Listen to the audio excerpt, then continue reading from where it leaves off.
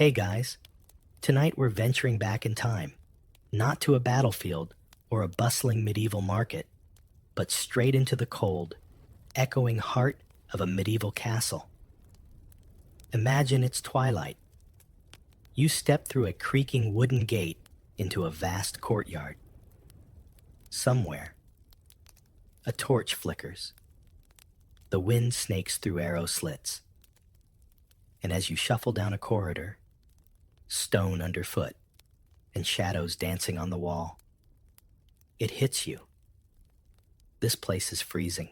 So, before you get comfortable, take a moment to like the video and subscribe, but only if you genuinely enjoy what I do here. And while you're at it, drop your current location and local time in the comments. I always love seeing where and when you're tuning in from. Now, dim the lights. Maybe turn on a fan for that soft background hum. And let's ease into tonight's journey together. You live in a castle now.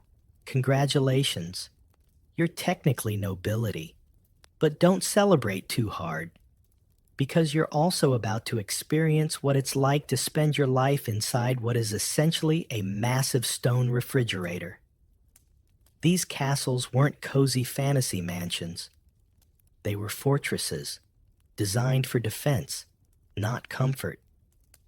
The walls are thick. We're talking several feet thick. Great for keeping out invaders. Not so great for keeping out the cold. No insulation. No central heating. Just stone, damp air, and a lot of miserable mornings. If you're lucky, there's a fireplace in your room. If you're really lucky, it works. But even then, most of the heat vanishes straight up the chimney, taking your hopes of a warm night with it. Your bed, a wooden frame, mattress, straw stuffed in linen, sheets. If you're rich, maybe wool. If you're really rich, maybe linen and wool. Either way, it's scratchy and doesn't hold heat. Your breath fogs in the air, even indoors.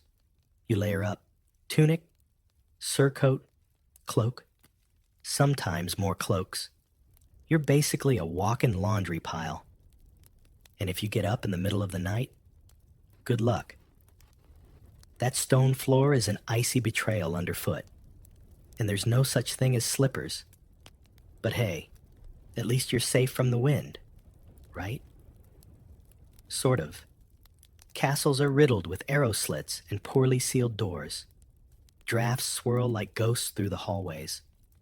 You try to light a candle, and it flickers out from the breeze sneaking under the wooden beams. And oh, the moisture. Thick stone walls love to hold onto dampness. Condensation creeps in. Mold forms in corners. That chill you feel isn't just from the air. It's from the walls themselves, leaching warmth from your body like a slow, medieval vampire. Historians still argue whether the upper nobility actually suffered as much as their poorer counterparts, or whether they had enough wall tapestries and feather bedding to escape the worst of it. But even the best appointed chambers were chilly by modern standards. And tapestries? Yes. They're not just decorative.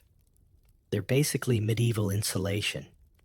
You hang heavy woven fabric on your walls not for style, but to stop the breeze from tickling your spine while you try to sleep. Sometimes people slept in groups, not just for warmth, but also to conserve firewood, because keeping a fire going in multiple rooms all night wasn't practical. So your family, your attendants, your distant cousin visiting for the winter, they might all be snoring nearby. A giant, shivering sleepover. There's even evidence of noble families pulling their beds into great halls during winter, huddling near the one hearth large enough to matter. Privacy? That's a summer luxury. In winter, it's all about survival. And here's a fun little side note. The higher up in the tower your room was, the colder it got. You'd think going up means warmer, right?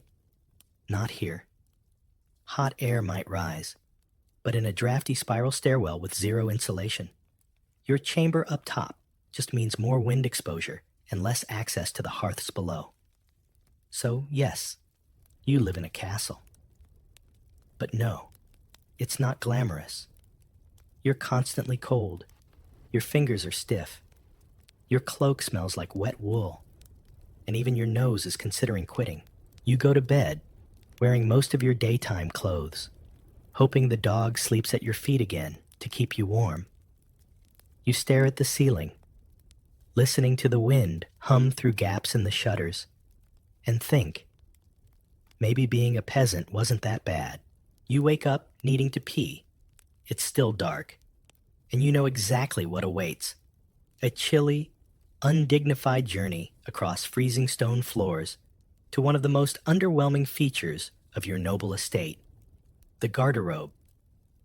Ah, yes, the medieval toilet, or rather, the hole in the wall that wishes it were one. Forget flush toilets. There's no seat, no privacy, no scented candles or soft lighting. You make your way to a narrow stone recess, often built right into the castle wall, sticking out like a little turd balcony. If you're lucky, it's enclosed. If not, you're peeing with the moonlight on your cheeks and wind whistling through your exposed parts. The hole leads somewhere, usually a vertical chute that drops directly down into the moat or a cesspit, sometimes into a special night soil collection zone that some unfortunate soul, probably named Jeff, has to clean out weekly. Let's talk smell. That chute doesn't exactly come with a lid, so whatever you deposited yesterday is still lingering.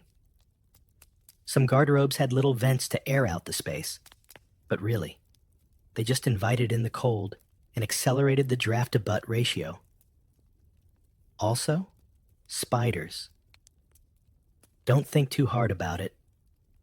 Now, if you're not within sprinting distance of the garderobe, and many weren't, you get a chamber pot. That's just a ceramic bowl you do your business in and leave under the bed. Your servant might empty it in the morning, or not. Depends on how much they like you. Here's the kicker. Some nobles used curtains to designate their bathroom corner in the bedchamber. So you're lying there, drifting off, and across the room, someone's lifting a curtain to relieve themselves. Sleep tight. Oh, and the contents of that moat your garderobe empties into? You know, the one outside your window? It's not just water.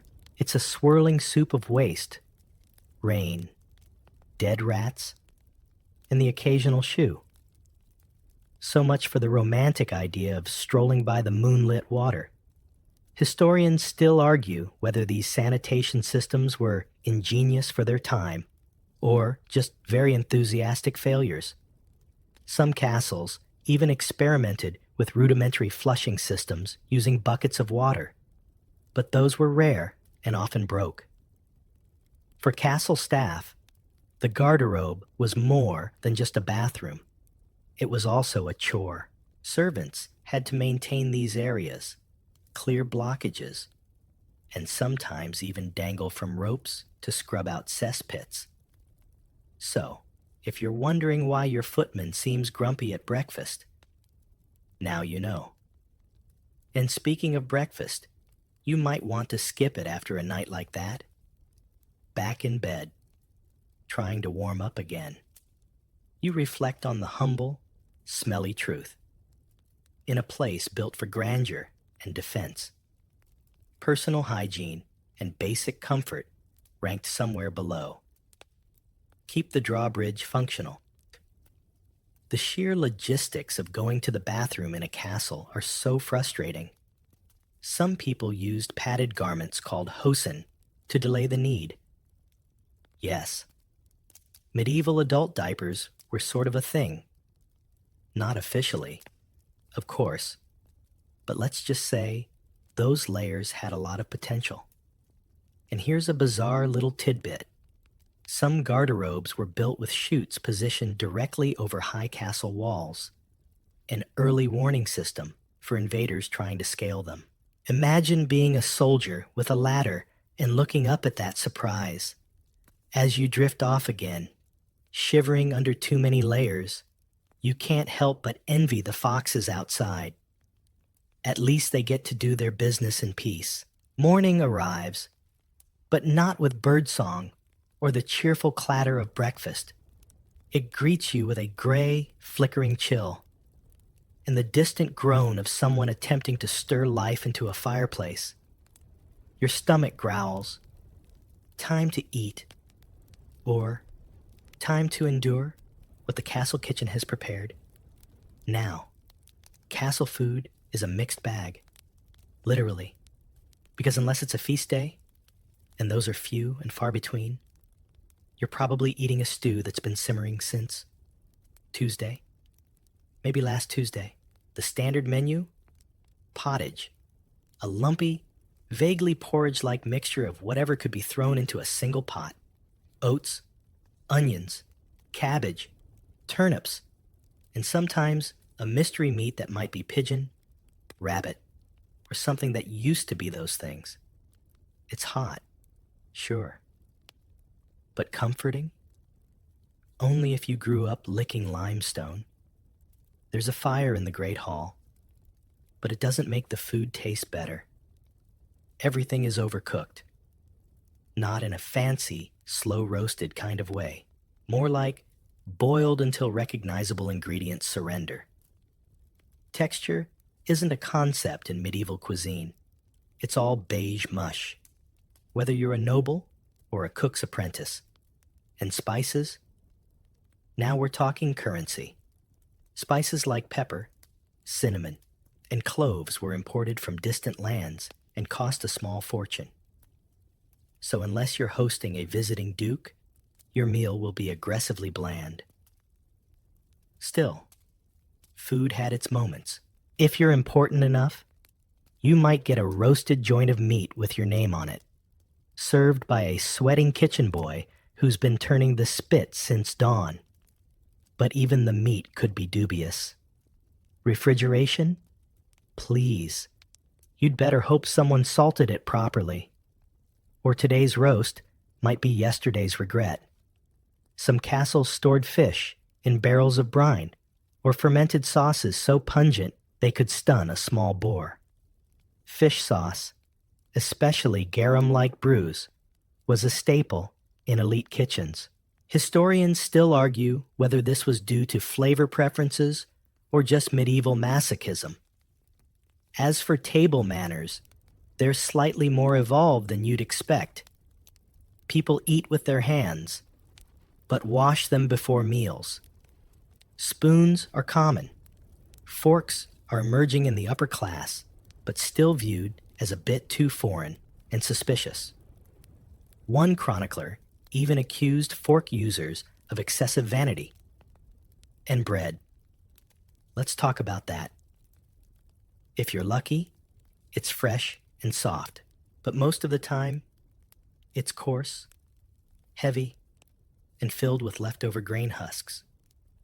Lower quality loaves might be so tough you could use them as doorstops. In fact, the bottom layer of bread, called the trencher, wasn't even meant to be eaten. It served as a plate, soaked up all your stew juice, and was often tossed to the dogs or given to the poor. Recycling, medieval style. Sometimes, the meal includes ale or watered-down wine. Water, despite being everywhere, isn't exactly the go-to beverage. It's often too risky to drink. So everyone's mildly tipsy, including the kids. Especially the kids. You finish your meal. You're full, but not necessarily satisfied. It's the kind of full where your tongue is confused and your stomach is suspicious. Still, food is food, and you're not going to complain out loud unless you want to be reassigned to moat cleaning duty. Again, there's one bright spot: feast days. When a noble throws a banquet, the food transforms: pies with intricate crusts, glazed birds posed in flight, sugar sculptures, even jelly molded into castles within the castle. It's a theater of abundance. But for now, your breakfast is oatmeal. Again, with maybe a single shriveled date thrown in for drama. And don't forget, you eat all this in a cold stone room. No cushions, long wooden tables, trenchers, no napkins, just your sleeve or your neighbor's dignity. You rise from the table, cheeks numb, still tasting onions. You wonder what's for lunch, and then immediately regret asking. You leave the hall, hoping to find a quiet place to digest your gray breakfast. But there's no such thing as alone in a medieval castle. And definitely no such thing as privacy. Because while you might be a noble, you're not a lone noble. You're a member of a household, and that means you're constantly surrounded by servants, by family, by courtiers, and by people who've never once heard the phrase personal space. Your bedchamber, not yours alone, sure. It might have your name on the door, if doors even had names. But your maid sleeps on a straw mat by the fireplace. Your valet has a cot in the corner, and there's a footman assigned to stand quietly in case you suddenly desire more pottage. Good luck sleeping through that symphony of snoring, mumbling, and the occasional muttered prayer. Remember, this isn't just about sleeping arrangements. This is your daily reality. You dress with help. You bathe, if at all, with assistance.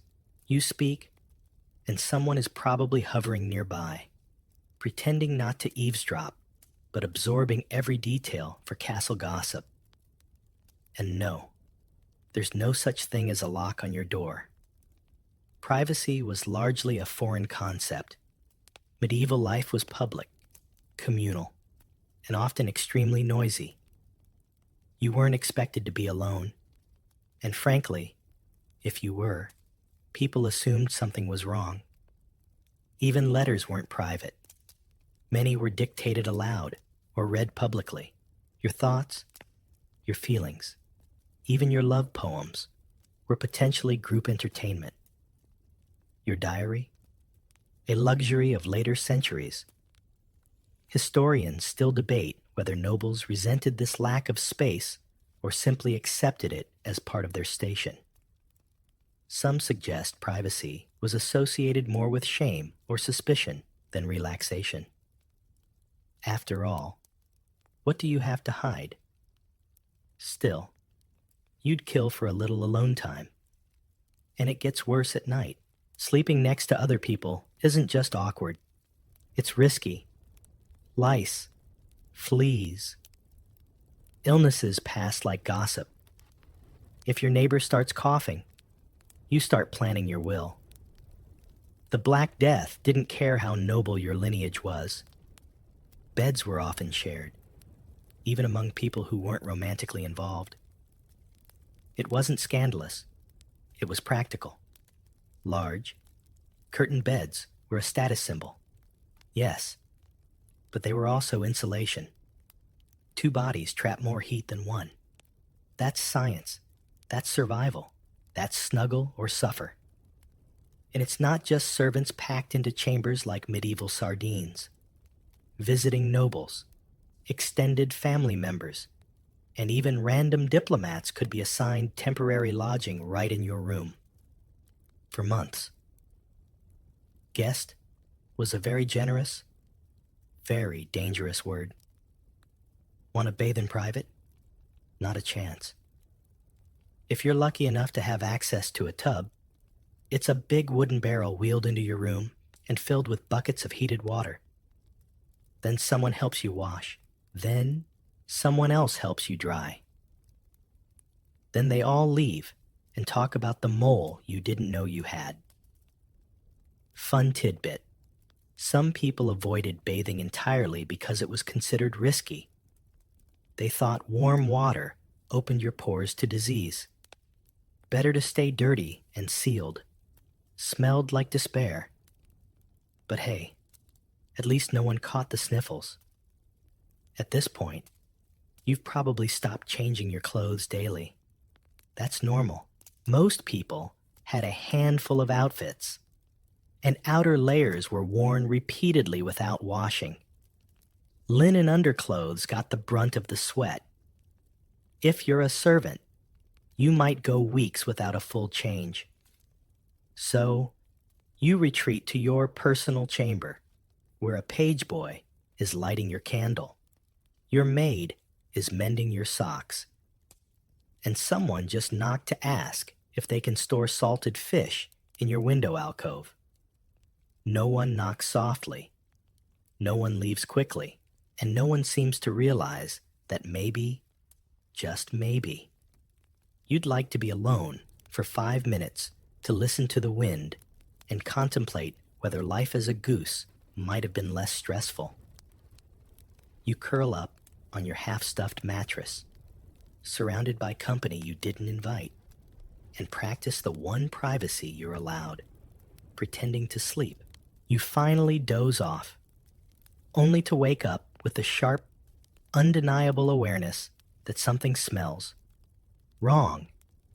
Not somebody forgot to take out the chamber pot wrong. More like the ceiling is made of smoke wrong. Because here's the thing. Fire, your only source of heat and light, is also the greatest threat to your existence in a castle. Medieval castles burned, often, and spectacularly. It's ironic. You live in a place built entirely of stone, yet you're constantly surrounded by things ready to ignite.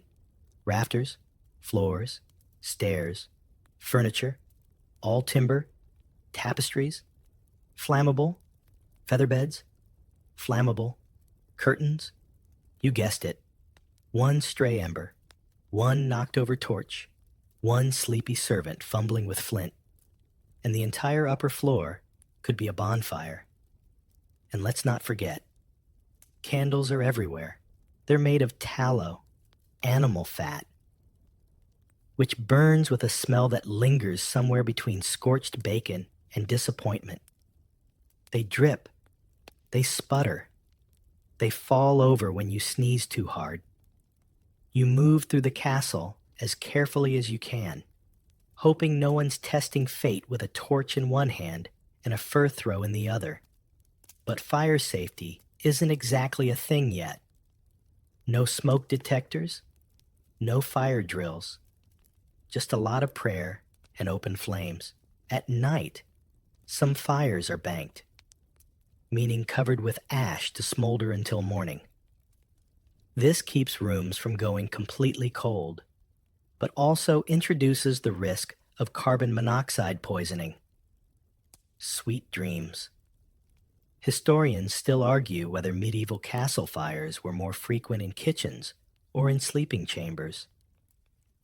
Both had their hazards. Kitchens had giant open hearths with iron spits, cauldrons, and enough grease to deep fry a night. Bedrooms had fireplaces that weren't always properly vented and often burned long after everyone fell asleep. And let's not forget arson, because nothing says medieval politics like setting your rival's tower on fire. Whether it's during war, a peasant revolt, or a personal vendetta over poorly salted venison, flames were often the go-to revenge method. Some castles eventually wised up. They used stone vaults to separate floors and inserted fire breaks like stone walls between key rooms. But that came later. Your castle? Still rocking the kindling with banners aesthetic. You might think you're safe during the day, but kitchens never stop. Fires burn from dawn until long after dinner. Servants lug firewood up narrow stairs. Sparks drift into hay-stuffed rush mats used for flooring. Everything smells faintly of smoke and panic. Oh, and those rush mats? They're rarely cleaned. Layers build up over weeks, even months. Dropped food, shed hair, bits of bone, lice, fleas. It's like walking on compost that wants to burst into flame. Occasionally, a noble will employ a rush strewer to freshen things up. New herbs and grasses are tossed down to mask the odor.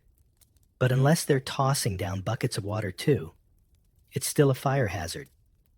There's also the matter of light.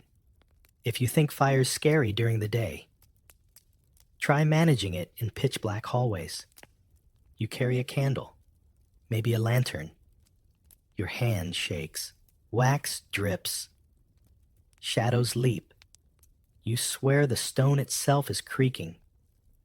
At one point, you consider going without light.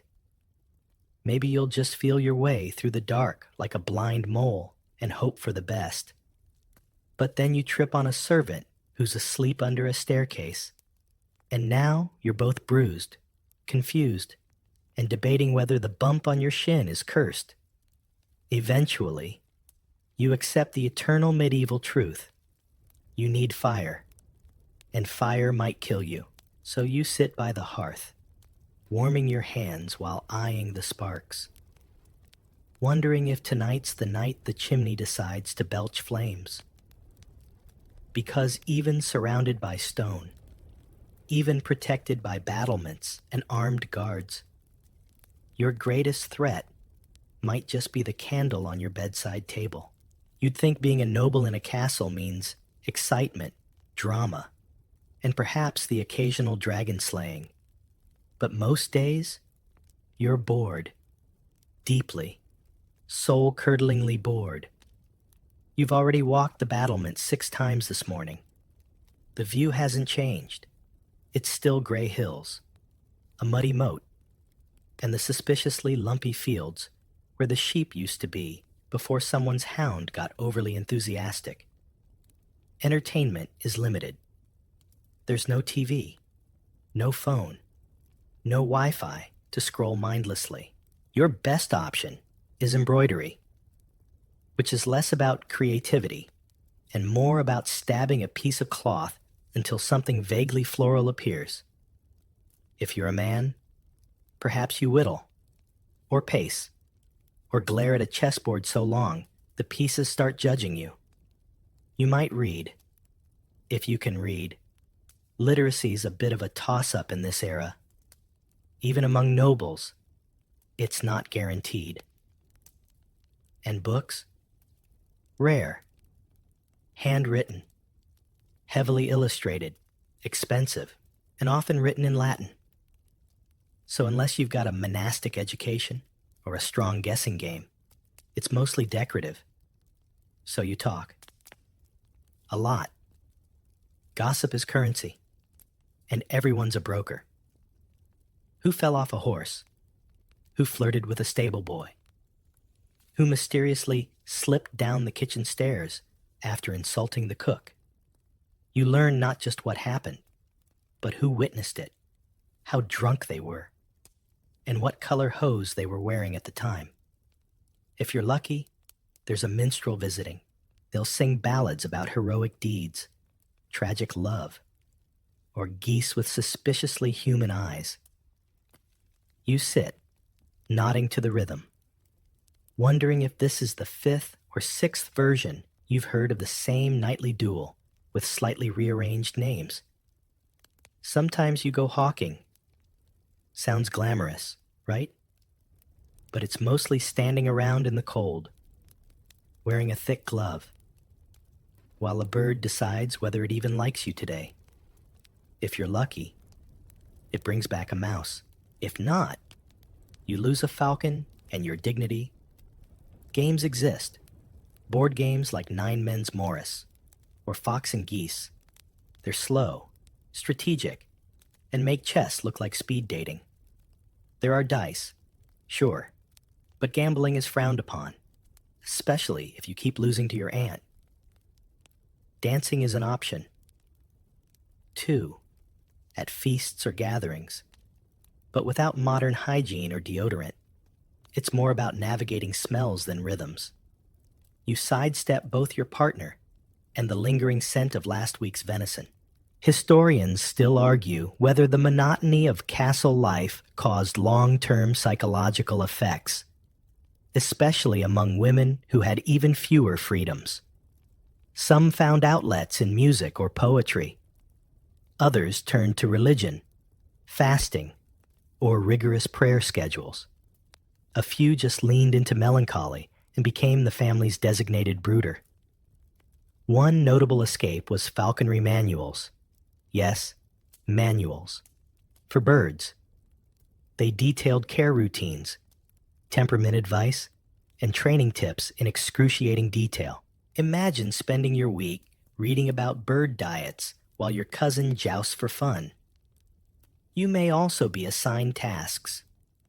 Noble women often managed household inventories, counting linens, monitoring grain supplies, making sure someone didn't walk off with the good silver ewer again.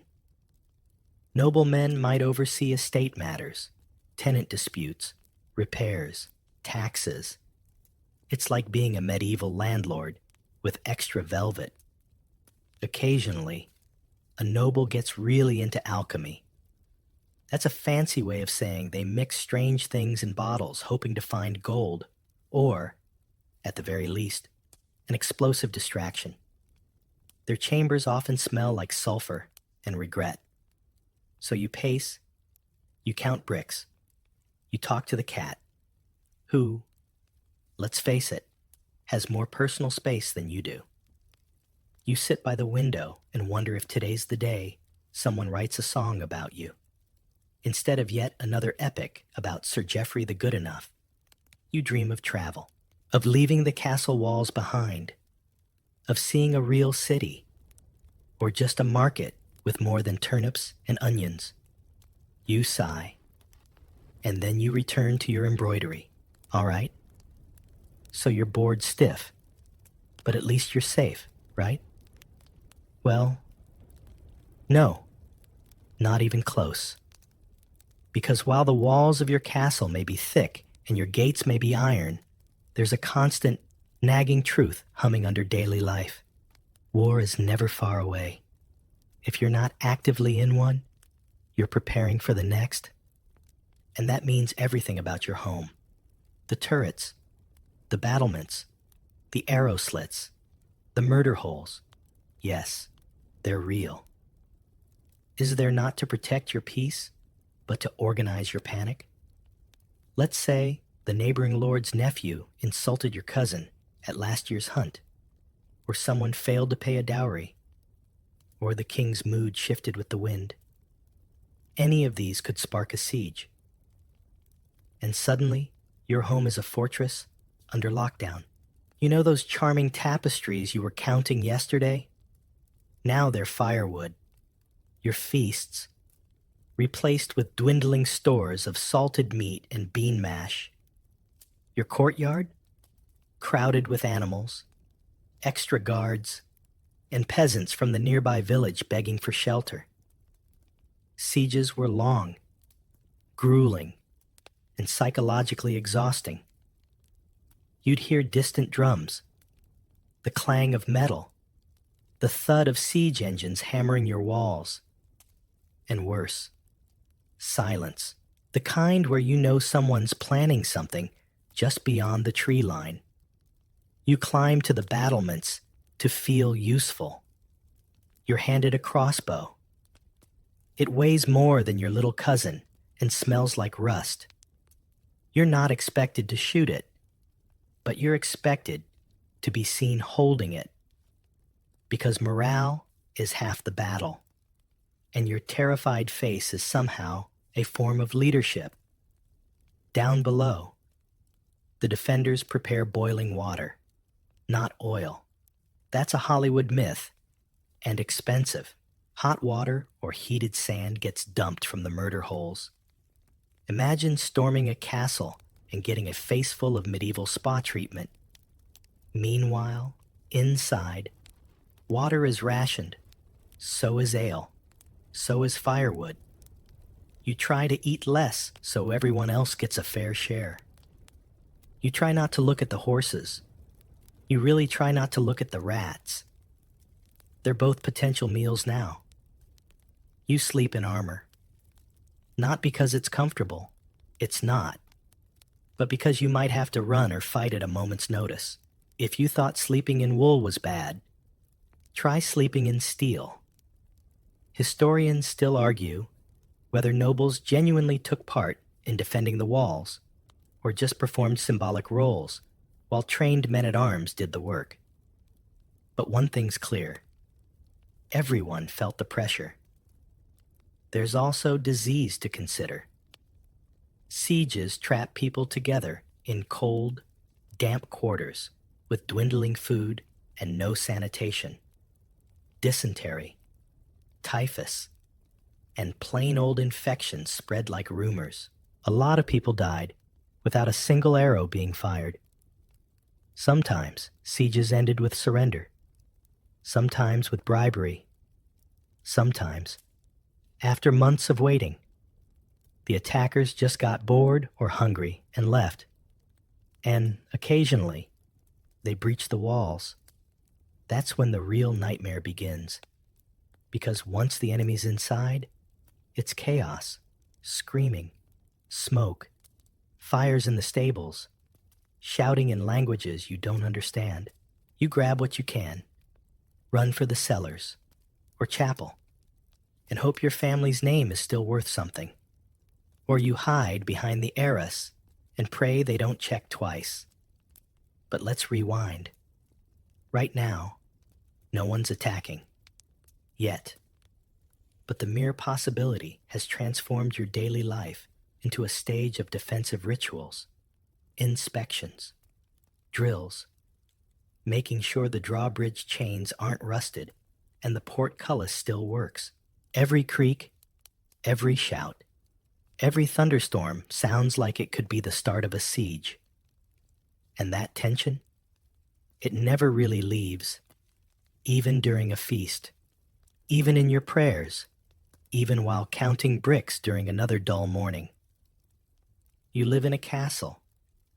You are very much at war. Even when peace pretends to visit, you've managed to avoid being set on fire or boiled in your own moat. Well done. But now you face a new medieval nightmare. Guests. Not the friendly, drop by for a cup of ale kind. No. These are noble guests, important ones. The kind who arrive with 6 wagons, 30 servants, 4 dogs, and a musical troupe. And then announce with a sigh, we'll stay the season. That's not a weekend. That's months. Hospitality in the Middle Ages was not optional. It was a sacred duty, especially among nobles. Turning away a guest, even a pompous cousin with poor table manners and suspicious breath, could be seen as a political insult. So you smile, you bow, and inside you scream. You're now playing host, which means offering up your best rooms. Often, your own room. You get demoted to the slightly less drafty chamber, while Lord What's-His-Name lounges on your bed, talking about how the tapestries remind him of his third estate. Feeding them becomes a logistical puzzle. More mouths mean more food, more wine, more servants, more everything. The kitchen shifts into full crisis mode. Chickens disappear from the yard. The ale barrels develop slow leaks. The pantry suddenly echoes. You're expected to entertain them, too. Every day. That means music, games, maybe even a falconing trip if the weather holds. And let's not forget long, tedious conversations about court politics, inheritance drama, or who offended whom during last winter's hunt. Riveting stuff. Historians still debate how much strain these visits placed on a castle's resources. Some argue it fostered alliances, Others believe it was glorified looting. Whatever the truth, one thing is clear. If your guests brought their own minstrels, you're probably in for loot solos until sunrise. The real challenge, though, is subtle diplomacy. Guests observe everything. How clean the linens are, how warm the stew is, whether the steward bows deeply enough. A single misstep could be gossiped about across 4 counties by week's end. And guests don't travel alone. They bring entourages. So for every noble visitor, you're also dealing with a battalion of attendants, each one needing food, lodging, and ample space to judge your interior design choices. Your servants are overworked. Tempers fray. Someone knocks over a candle in the buttery. You begin calculating just how hard you'd have to cough to fake a plague and clear the castle for a week. It's not just nobles who visit, either. Clergy, knights, merchants, distant relations. You name it, they'll show up, often unannounced, because castles were hubs of regional life. And since inns were rare and suspiciously lice-filled, travelers relied on noble households to offer rest. You know those movies where castle life looks elegant and serene? They never show what happens when 3 separate noble families show up on the same afternoon. Each assuming they're your favorite, chaos ensues. Seating charts become war zones. Old grudges resurface. Someone accuses someone else of stealing a jeweled pin from the guest hall. You, meanwhile, are trying to calculate whether you can hide in the pigeon tower without being noticed. And here's the kicker. Once guests are in, it's very difficult to get them out. There's no polite medieval way of saying, "I think you've overstayed your welcome." You just keep feeding them weaker wine and hoping they take the hint. Sometimes, if you're lucky, a traveling merchant will pass by with exotic spices or silks. The guests will empty their purses in a frenzy of impulse buys and then decide to move on. But more often, they stay. They linger. They start using your bathtub. There are stories, quiet ones, of castles accidentally forgetting to restock certain supplies just to nudge guests along. No more sweetmeats? Oh dear. Guess you'll have to find another castle with better figs. So now you know. Castle life doesn't just mean defending your home from siege. It means surviving the extended visit of someone who thinks talking about his falcon's lineage is dinner conversation. And as your third cousin's lute player warms up for another hour-long ballad, you begin to question everything. War, you think, might have been simpler. Just when you think you've adjusted to the eternal noise of guests and groaning floorboards, a new layer of chaos dawns on you. Castle life is loud, like really loud. You might have pictured a peaceful, echoing hall with birdsong outside and a crackling hearth within. Romantic. Yes. Accurate? Not even close. Every hour of the day, something is clanging, shouting, barking, or collapsing. From the moment the rooster screams to the time the last candle gutters out, your ears are under siege. The blacksmith's forge starts early. You know it's working because you hear a rhythmic metallic clang-clang thud, followed by a hiss of steam and some very creative cursing. He's repairing a horseshoe or a gate hinge, or possibly just hitting things to make sure everyone knows he's awake. Down the corridor, the kitchen erupts, pots clang, knives thud. The cook shouts instructions over the roar of the fire. 2 scullery boys are arguing about turnips. One spills something that may have once been soup. A dog joins the scene, barking with purpose, though no one's sure whose dog it is anymore. Meanwhile, the great hall is full of people, not lounging nobles in velvet, more like servants, clerks, messengers, and a pigeon who got in through the rafters and refuses to leave. There's the scrape of wooden chairs, the groan of door hinges, the squawk of disgruntled geese in the courtyard, and children. Always children, noble or servant. They're shrieking, tumbling downstairs, flinging apples at each other, and narrowly avoiding lawsuits. You try to find a quiet corner, only to discover someone practicing the recorder. Badly. Castles amplify sound. Stone walls reflect every footstep, every echo, every insult muttered under breath. There are no carpets to absorb the racket, just flags, boots, and those endlessly rattling rushes underfoot. At night, it doesn't stop. The guards change shifts with a dramatic stomp. Dogs bark at the wind. Owls hoot like they're trying out for a solo. Somewhere, a drunk page sings a love song to the wrong window. That window, by the way, belongs to the steward's wife.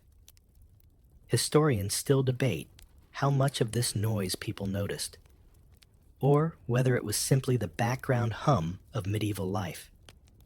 Some sources suggest that the constant din was one reason nobles fled to country estates or monasteries, just to hear themselves think.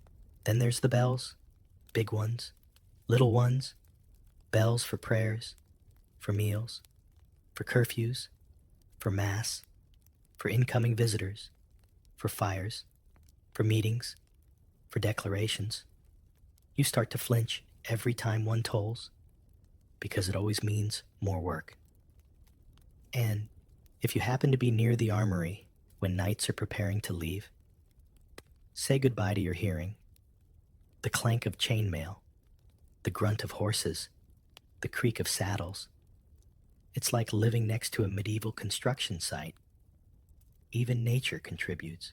The wind whistles through arrow slits with a pitch that could summon banshees. Rain hammers the slate roofs.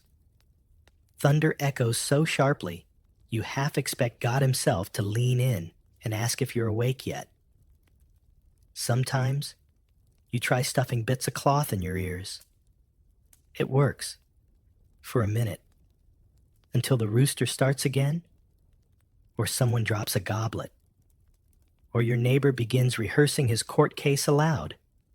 For the third time this week, sleep becomes more of a gamble than a guarantee. You drift off, only to be jolted awake by the clang of a drawbridge chain, or the distant scream of someone discovering a bat in the pantry. Again, you start daydreaming about silence. You fantasize about soft footsteps, whispering breezes, maybe even the gentle tick of a clock. If only they'd been invented yet. But for now, you live in a castle, and that means every sneeze echoes like a trumpet. Every footstep sounds like thunder, and peace, that sweet, golden silence, is just another myth scribbled in a monk's dusty scroll. You're lying awake. Again. When you hear someone crying softly a few rooms over, it's muffled, respectful, but unmistakable. You already know what it means. Someone's gone into labor. And in a medieval castle, that's no small event. Because childbirth, in this world, is not just dangerous. It's heroic, terrifying, and painfully public. You roll over and whisper a silent wish for the poor woman. Maybe it's the steward's wife, or a kitchen maid, or a noble cousin visiting for the season. Whoever it is, she's now at the center of a very risky gamble. Even noble women, surrounded by attendants, herbs, prayers, and embroidered bedclothes, face daunting odds. No amount of silk sheets or carved cradles can guarantee a safe delivery. You've heard the stories. Everyone has. There's no doctor in shining armor. Instead, there's the midwife, a mixture of healer, herbalist, and local legend. She arrives with her bundle of tools, oils, linens, blunt knives, bundles of dried flowers, and a look of eternal worry. She's helped with dozens of births, maybe hundreds, and she still winces at every cry. Meanwhile, the chamber is transformed. Tapestries are drawn over windows. Candles are lit. Doors are barred to men. The birthing chair, a strange, legless contraption with handles and a hole, might be brought out. If not, the woman will squat, or be held up by two strong servants, and you, if you're nearby, will listen. Because sound travels, remember? And these walls tell no secrets. Pain. It fills the air like incense. Shouts, prayers, the clatter of water basins, the creak of the floorboards as more women arrive. Someone starts a whispered rosary. Someone else vomits from the stress. Historians still argue whether noble women were better off than peasant women during childbirth. On the one hand, they had better food, rest, and access to midwives. On the other, they were expected to produce heirs constantly, regardless of the toll on their bodies. For some, every birth was a battlefield. If the baby comes quickly, there's a collective sigh of relief. If it drags on, people start preparing for the worst.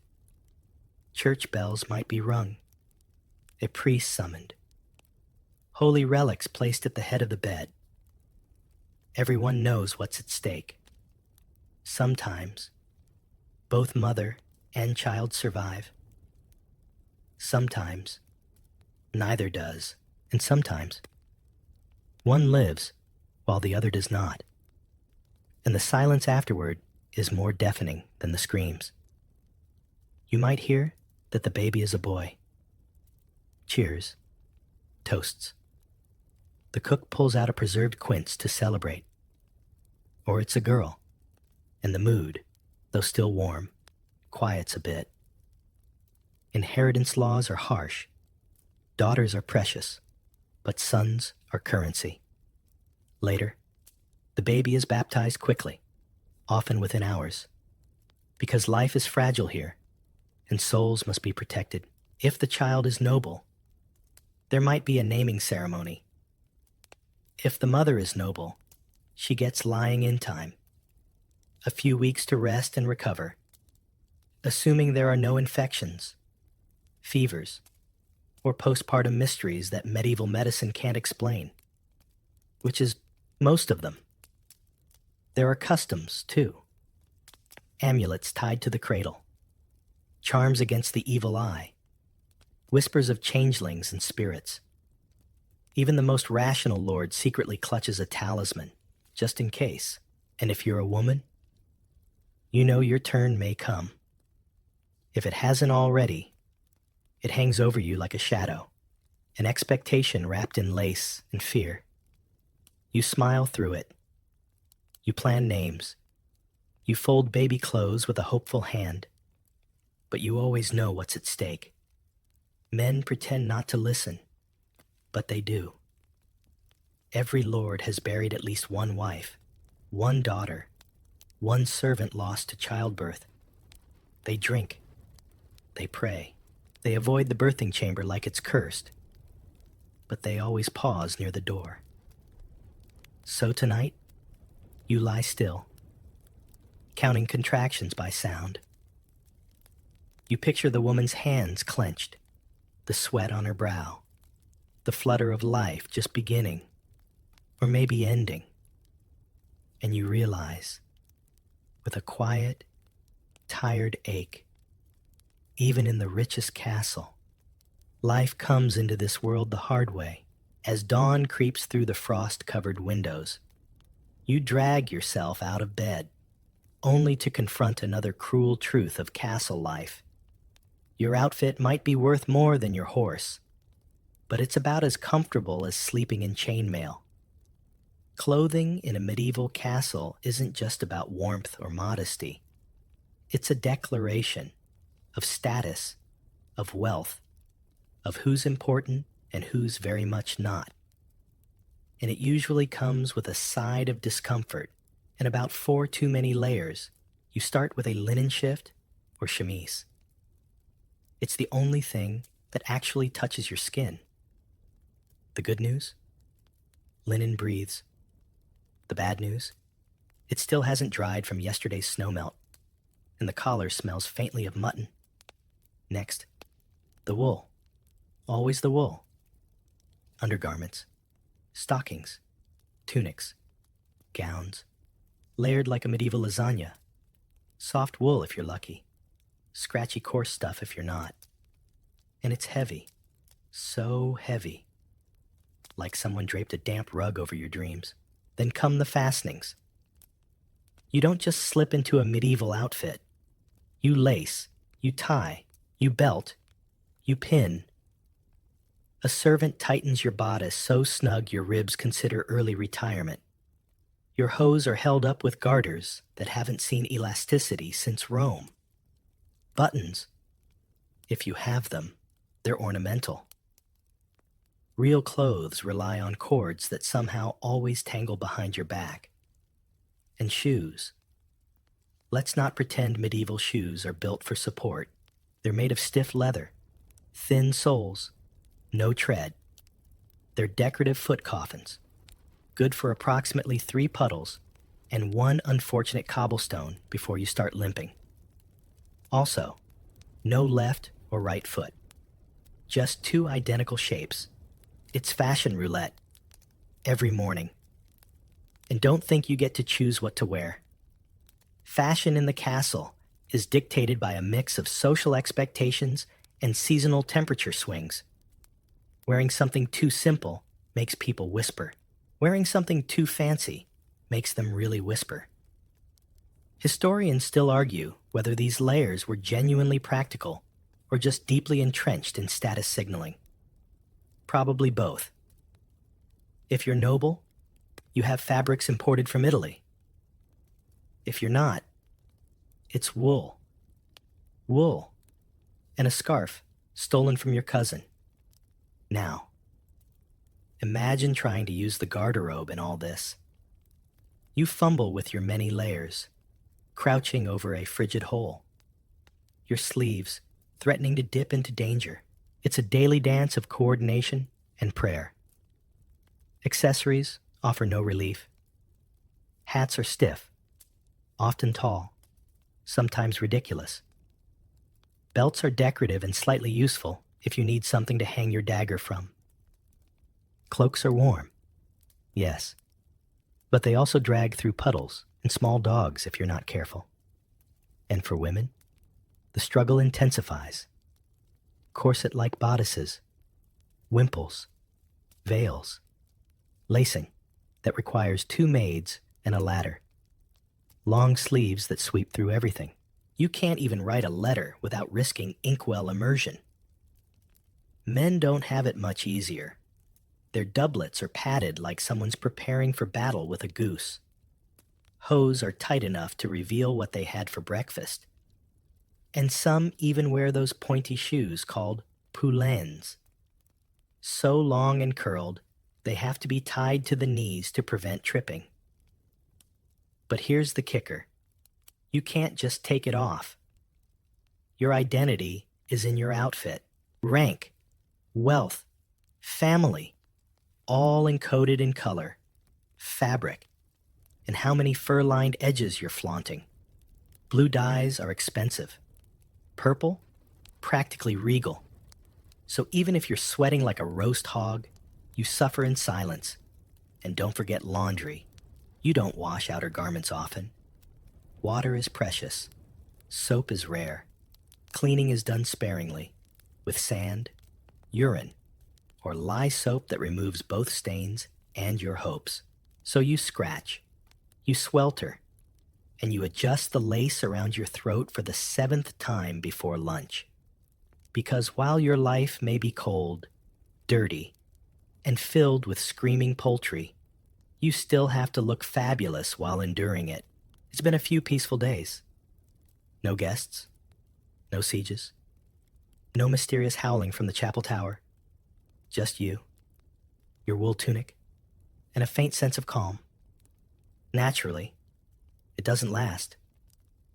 Because just when you start thinking, hey, I might actually nap today, the steward bursts in with news. The peasants are revolting. Again, yes, out beyond the castle walls. The people who grow your food, chop your firewood, and occasionally name their children after you are now brandishing pitchforks and muttering about fair taxes and eating more than onions. You shouldn't be surprised. Castle life is built on the labor of hundreds, sometimes thousands, of villagers. They farm, bake, shear, and harvest. And in return, they get protection, vague promises, and the occasional feast day with watered-down ale. But when harvests fail, or taxes rise, or someone in the Lord's household accidentally tramples a cow during a hunting party, unrest brews. And when unrest brews, torches follow. You rush to the battlements. Below, a small group of peasants is gathering. It's not a mob, not yet, but it has that quiet hum of angry organization. You recognize old Garant at the front. Last year he gave you a goose. This year, he's waving a rake like it's a banner of justice. Your guards ready their weapons. You're told to remain calm. But you know what comes next. Negotiation, appeasement, or confrontation. Sometimes, nobles send bread. Sometimes, they send arrows. Historians still argue whether these revolts were truly dangerous or more performative. A way for peasants to vent and remind the nobility they're not invisible. But the fear is real. Every lord remembers the tale of a distant cousin who underestimated a village uprising and ended up locked in his own wine cellar. The castle goes into quiet lockdown. Extra guards at the gate. Horses hidden in the inner stables. You're told not to worry, but everyone's voice is half an octave higher than usual. At dinner, no one mentions the shouting beyond the walls, but every ear is tilted that way. And here's the awkward part. Sometimes the peasants have a point. You've seen the tax ledgers. You've tasted the venison feasts while they chew turnip soup. You know the steward misplaced 3 sacks of barley and blamed rats the size of donkeys. You try to make it better. Maybe send down an extra ox. Promise a new well. Arrange for a priest to offer blessings instead of more sermons. But goodwill doesn't repair a broken thatch roof or a winter with no firewood. Occasionally, the rebellion gets clever. Someone sneaks into the castle, posing as a delivery boy, and starts scribbling messages on the walls. Fewer taxes, more bread. We sweat. You feast. Your cloak is ugly. That last one stings more than it should. Peasants sometimes take to the forests. You hear whispers of outlaw bands. Former farmers turned rebels, stealing sheep, burning outposts, making life very inconvenient for tax collectors. A few even get romanticized, Robin Hood types. But most are hunted like game. And so, you retreat further into the castle. You walk its echoing halls with new unease, passing suits of armor you're not sure anyone remembers how to use. You try to study estate maps, looking for areas you could improve. But really, you're just trying to figure out how much longer this system can wobble along without toppling entirely. You try to sleep, but your dreams are filled with angry voices and torches at the gates. You remind yourself you live in a castle. You are safe until the drawbridge breaks, or the guards get hungry, or someone inside decides they agree with the voices outside. Because the truth is, stone walls don't just keep people out. Sometimes they trap the reality in. You wake to a familiar, slightly humiliating routine: scratching. Not because you're allergic to anything, but because your entire body feels like it's hosting a banquet for fleas. Welcome back to the unglamorous world of medieval hygiene, where even the most luxurious castle is a breeding ground for lice, mites, and other uninvited guests. There are no hot showers, no soaps that smell like lavender fields. Bathing, while not entirely rare, is complicated, labor-intensive, and often viewed with suspicion. Many believe that soaking too long in warm water can open the pores to illness, or, worse, sinful temptation. So most folks settle for the medieval version of a wet wipe: a damp cloth behind the ears and a quick brush of the teeth with crushed mint or sage as you throw on yesterday's tunic. Because laundry day was last week and involved lye, boiling water, and a scolding from the washerwoman. You feel that telltale itch along the back of your neck. Your maid catches you scratching and immediately goes to fetch vinegar and a fine-toothed comb. You sigh. Let's talk about laundry. It's possible, but not easy. Linens get washed. Eventually, outer garments, not so much. They're brushed down, maybe sprinkled with perfume or lavender sachets. That's it. As for bedding, the straw in your mattress is replaced a few times a year. Maybe. You don't want to know what lives in it by autumn. You may own a comb, but unless someone delouses you regularly, it's basically decorative. Head lice are so common that some noble families had nitpicking servants. Literally, that's someone's job. Good morning, my lady. Shall I inspect your scalp today? And under all your layers of wool and linen, you're sweating. Constantly. Castles might be cold, but wool doesn't breathe well. And let's not forget those summer months when the stone walls trap heat like a pizza oven. You peel off your cloak at night and discover you've sweated through 2 layers and possibly aged a year. Foot odor? Medieval shoes aren't exactly orthopedic. You spend hours in stiff leather, wading through mud, refuse, and horse residue. Scented foot powder exists, but only for the very rich. Everyone else just hopes their shoes absorb the shame. Historians still argue how often nobles bathed. Some point to records of perfumed baths and imported soaps from Aleppo or Castile. Others argue these were reserved for special occasions, and the average lord still smelled like damp wool and regret. There are public bathhouses in towns. Yes, but they're often viewed with suspicion, partly because of their reputation as places of moral flexibility. In castles, private baths are a luxury. A wooden tub filled 1 bucket at a time, then dragged into a chamber near the hearth. And sharing is common. Water is precious. Heating it is laborious. And so several people might bathe in the same tub, one after another. You just hope you're first in line. To help with body odor, people wear amulets of herbs, or carry pomanders, little metal or wooden orbs, filled with fragrant items like cloves, cinnamon, or dried rose petals. It doesn't fix the problem, but it might disguise it for 10 blessed minutes. Your hair? Oiled with animal fat or lye soap? styled elaborately if you're noble, covered with a coif or wimple if you're a woman, or a fashionable cap if you're a man.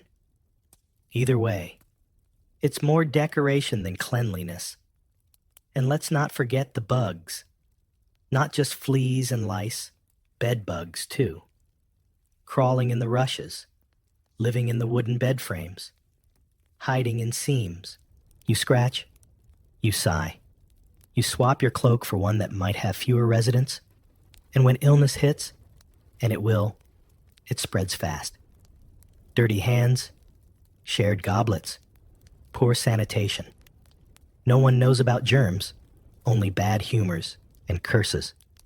So you chew herbs, tie ribbons around your wrist, and hope the next fever isn't the fever.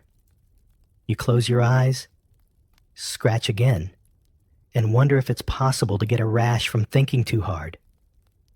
Welcome to castle life. You may look like royalty, but underneath those fur-lined sleeves, you're just one itchy noble in a very scratchy world. You're halfway through your bland midday meal, gnawing on what might be yesterday's goose leg or just a cleverly disguised turnip, when a muffled crash echoes from the courtyard. Another barrel dropped, no doubt. You barely react. But the real surprise comes an hour later when word reaches the hall. Some villagers have taken refuge inside the castle walls again. Another roving band of outlaws has been spotted in the forest. Which means, once again, you're sleeping with one eye open, because while castles were built to keep things out, you sometimes forget that the greatest threat can still come from within. From a poorly secured gate, a bribed guard, or worse, someone who lives here deciding they've had enough. A whisper starts circulating through the staff.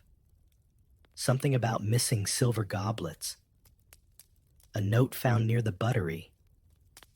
The steward goes pale. You start to wonder if your stable hand, the one who always whistles off key, is really that loyal. Welcome to the ever-present fear of betrayal. Not that you can blame them. Life outside the castle is bleak. Fields flood. Wolves pick off sheep. Taxes rise. Rations drop. And here you are, noble, clean-ish, clothed in multiple layers of privilege. If you were a peasant, you'd probably consider storming the gates, too. Inside, things aren't much better. Everyone's tense. The guard captain is doing random inspections. Servants are watched more closely.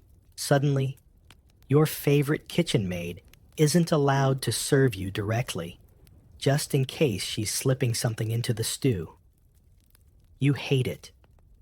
You hate that you can't trust the people who dress you, feed you, clean your linens.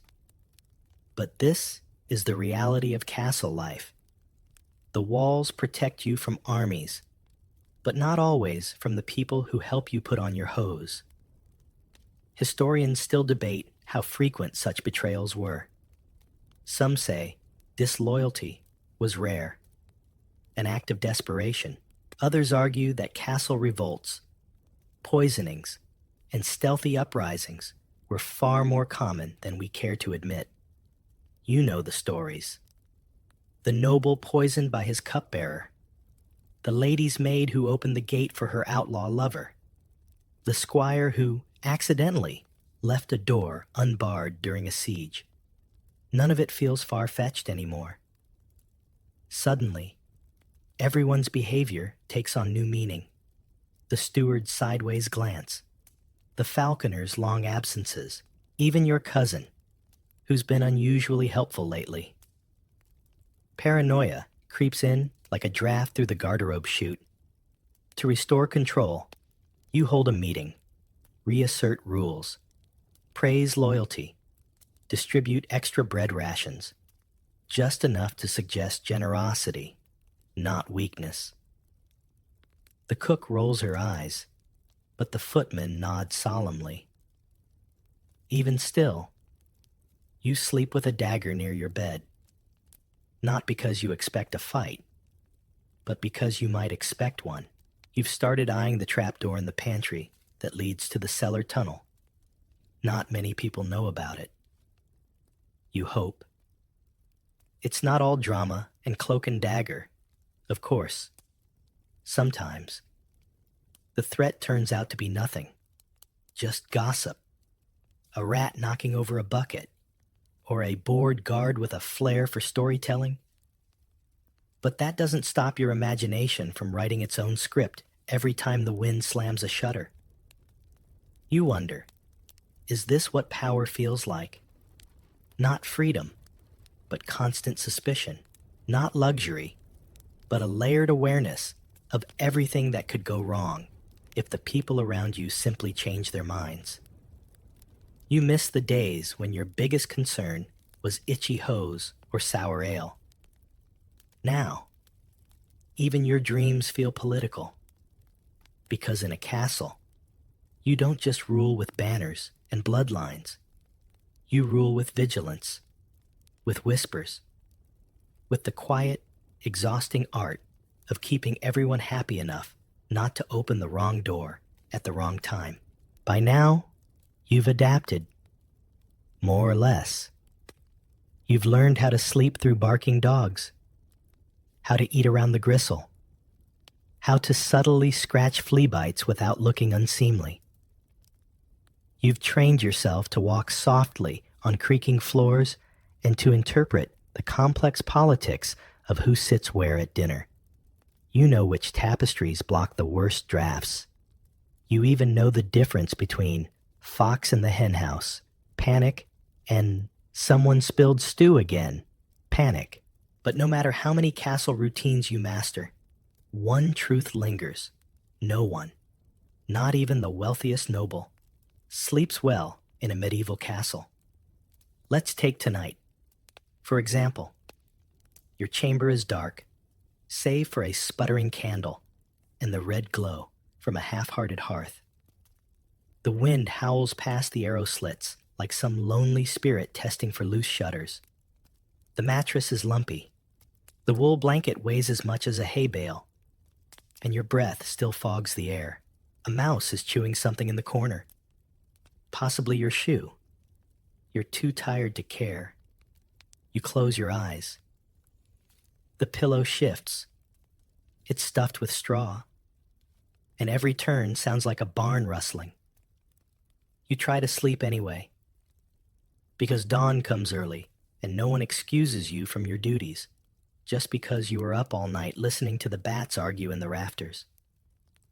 Then there's the noise. Always noise. Someone walking the hall in heavy boots. A door creaks somewhere in the distance. A baby starts crying. A new arrival, born last week. There's also a muffled cough from the next chamber. It repeats. You try not to think about plague. Even when it's quiet, your mind won't let you rest. You replay conversations from the day. You worry about the grain stores. You wonder if the moat will freeze over again and whether it matters. Your cousin mentioned a letter from court. Your steward seemed off. And why did the falcon look at you that way? Historians still debate what sleep cycles looked like in the Middle Ages. Some say people slept in two distinct phases: first sleep and second sleep, with a wakeful hour in the middle of the night for prayers, or reflection, or pacing. You're living proof this might be true. You've become an expert at staring at beams in the ceiling and wondering if they creak more before collapsing. Even your bed isn't really yours. You share the room. Remember? A valet snores near the hearth. Someone's huddled under a pile of old tapestries. You don't mind them. Not really. But tonight, someone ate garlic, and it's doing laps around the chamber like an invisible curse. You flip your pillow. Cold again. That's something. You breathe deep. Try to relax. Try to remember something pleasant. A summer festival, perhaps. Or that one meal 3 winters ago that was actually seasoned. Then finally, you begin to drift. The cold still bites, and the wind still whispers. But your body gives in. Your mind floats. And in that rare moment of stillness, when the candle finally gutters out and no one is yelling about a loose pig in the pantry, you find something that almost resembles peace.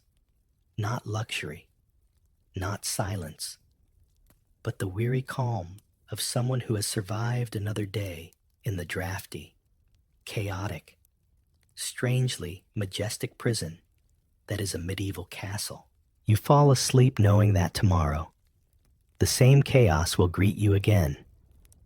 And yet, somehow, you're okay with that. Because even in a place filled with barking hounds, icy chamber pots, and passive-aggressive troubadours, you've carved out a rhythm. You've adapted. You've endured. And now, you sleep. Let your breathing slow. The castle fades, stone by stone, into soft shadow. The cold slips away, as if even the wind has grown tired. That flickering torchlight behind your eyes dims to a steady glow, then vanishes. The footsteps in the hall become distant waves, washing gently against the shore of sleep. Outside, the moon drapes its silver light across quiet battlements. The guards lean on their spears. The geese have finally hushed. Even the rats pause for a moment of silence, and you, warm, still, safe beneath the weight of wool and time, can let go of the lumpy mattress, the creaking timbers, the endless noise. You did enough today. You survived the cold, the chamber pot, the gossip, the garlic. You endured the boredom, the noise, the shadows. You found your footing in a world that never stops shifting beneath you. Let that world slip away now. Let your muscles soften. Let your thoughts unravel like thread from a spindle. You are no longer in the castle. You're nowhere and everywhere, floating between stone and sky, where no walls confine you and no tapestries hold secrets. Sleep now. Let the fire go out. Let the world rest. Let the story pause. You'll wake up soon enough. But not yet. Not for a while. Not until you've truly drifted. Far, far away. How medieval farmers grew. More food with less work. Hey guys. Tonight, we're heading out to the countryside. No knights in shining armor. No court intrigue. Just you and a wide patch of slightly muddy earth under a slate-colored sky. There's a chill in the air, and somewhere in the distance, a rooster is already yelling about something. You're a medieval farmer now. You've got a patch of land, a wooden hoe, and a whole lot of back pain coming your way.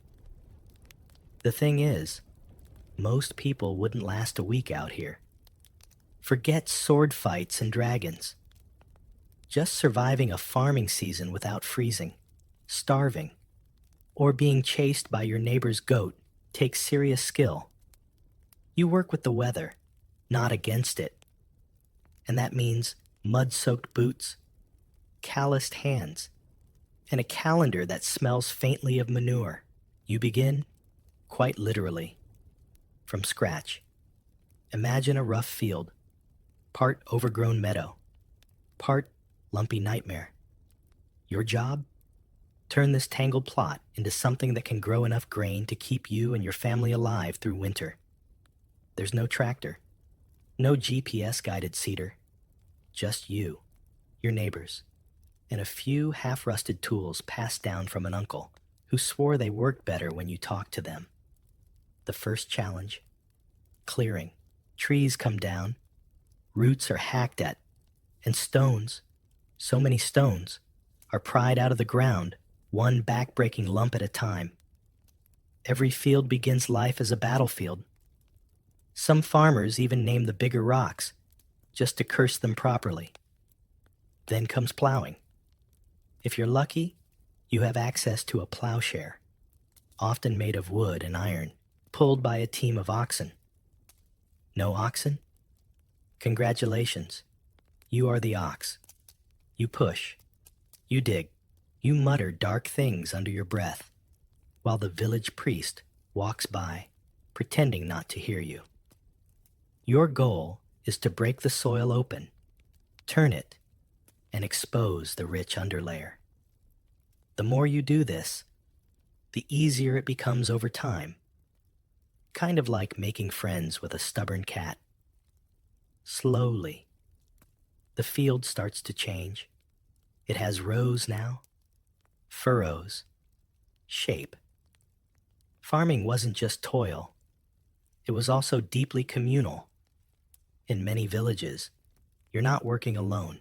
Fields are often shared in strips among families. You and your neighbors plow, sow, and harvest side by side, arguing about everything from planting depth to who stepped on whose goose last week. And there's a rhythm to it. The land dictates your schedule. Rain, frost, sun, it all matters.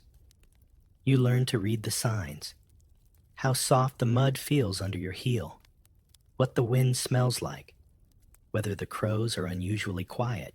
Historians still argue whether the average medieval farmer was just surviving or genuinely mastering their environment. What's clear is that farming was incredibly adaptive. People learned from mistakes, passed down tricks, and made changes slowly but surely, trading brute force for smarter effort wherever they could. Take the soil, for instance. You know which patches drain well, which ones stay damp, and where the frost bites earliest. You choose crops accordingly. Barley in the drier bits, oats where the clay holds more moisture, maybe a bit of rye for insurance. And you don't plant just one thing. Diversity is key. You keep some vegetables closer to the cottage, along with herbs, leeks, and maybe a few stubborn beans. It's your own little insurance policy against famine. Sometimes, the village decides to open a new field.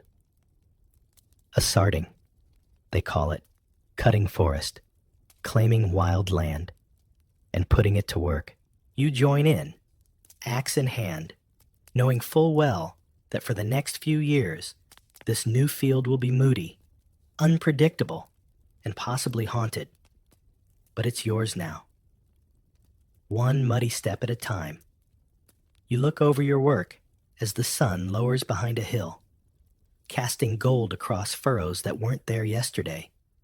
You're sore. You smell faintly of turnips, and your feet have developed a permanent squelch. But you did something. You took wilderness and made it whisper, maybe. It's a start. You wake up before the rooster. Again. Not because you're eager, but because your shoulder still remembers yesterday's plowing and refuses to let you sleep past dawn. You groan, stretch, and squint into the early light, knowing it's time to check on your beloved, your field. But today's not just any day. It's time to rotate the crops. You head out with a handful of seed and a head full of habit, walking the edge of your land, eyes scanning the soil. You're not guessing out here. You're practicing something close to magic, or at least that's what it feels like. The 3-field system. Here's the trick. Instead of planting the same crop in the same place year after year until the soil gives up in despair, you divide your land into thirds. 1/3 gets wheat or barley, your big energy crop. The second third gets something like legumes or oats, lighter on the soil, but still useful. And the final third, that gets a break. You leave it fallow. No planting, no plowing, just grass, weeds, and maybe the occasional sheep nibbling whatever dares to grow. It sounds lazy. It's actually genius, because soil is like you. It needs rest. Push it too hard, too long, and it loses all the good stuff. Nutrients, structure, hope. But let it rest for a season, and it bounces back. Greener, richer, ready to grow something worth chewing. And the cool part? Every year, you rotate. Field A becomes fallow. Field B takes the grains. Field C gets the peas or oats. Rinse. Repeat. And suddenly you've got better yields, fewer weeds, and a lot less cursing come harvest. Historians still argue whether this system started in the early Middle Ages or developed gradually from older Roman methods. What we know is that by the 9th century, it was spreading across Europe like warm butter on barley bread, quietly, efficiently, and without anyone filing a patent. It changes everything. Yields improve, which means less time spent coaxing sad sprouts out of exhausted dirt.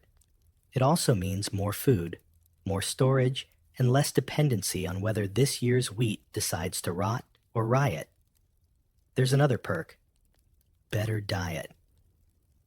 When your rotation includes legumes, peas, beans, lentils, you're not just feeding the soil. You're feeding your body something besides bread and prayer. More protein, more energy, fewer dreams about sausage. And the timing of it all? It's deeply rhythmic. Sowing happens in the fall for grains. Then again, in the spring for lighter crops. The fallow fields hum quietly in the background, sometimes sprouting wildflowers or becoming impromptu goat playgrounds. They're not forgotten. They're just waiting.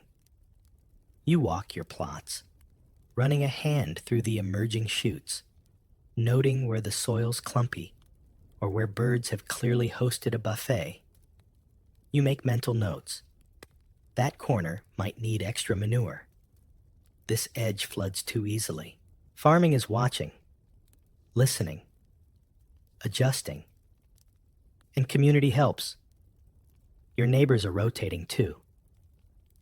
There's a system to who gets which third this year, usually settled at the village moot or over ale.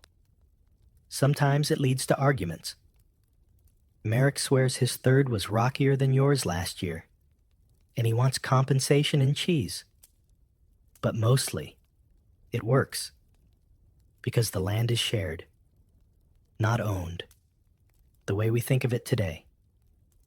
You have rights to farm it, tied to your labor and your role in the village. You're not planting in a vacuum. You're part of a living patchwork quilt, each square stitched with calluses and compromises. Even the lords get involved, sort of. They want high yields, after all. More crops mean more taxes, more tithes, more trade. But the day-to-day rotation? That's up to the people who actually put seed to soil and remember which patch flooded 3 winters ago. Sometimes you look out over the fields, green and gold in their checkerboard pattern, and feel oddly proud. It's not flashy. No cathedrals or castles. Just clever land use, honed by centuries of trial and error, superstition, and dirt under the nails wisdom. You smile, despite the sore legs and the crow currently attempting to steal your lunch from your satchel. Because while it may not be glamorous, the 3-field system means you get more crops with less effort. And in a world where effort never stops, that's a quiet revolution.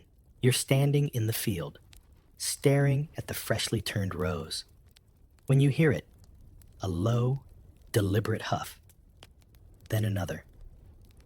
You turn just in time to see two sturdy oxen lumbering toward you, each moving with the kind of slow confidence that says, "Yes, I am absolutely going to ruin your shoes." These are your co-workers, your medieval tractors, and they don't take breaks unless they decide to. Oxen are the quiet heroes of medieval farming, big, broad-shouldered, and slightly judgmental. They're built for power, not speed. And unlike horses, which are faster but more expensive, and somehow always a little dramatic, oxen are the go-to choice for pulling plows, carts, and your dignity through the muck.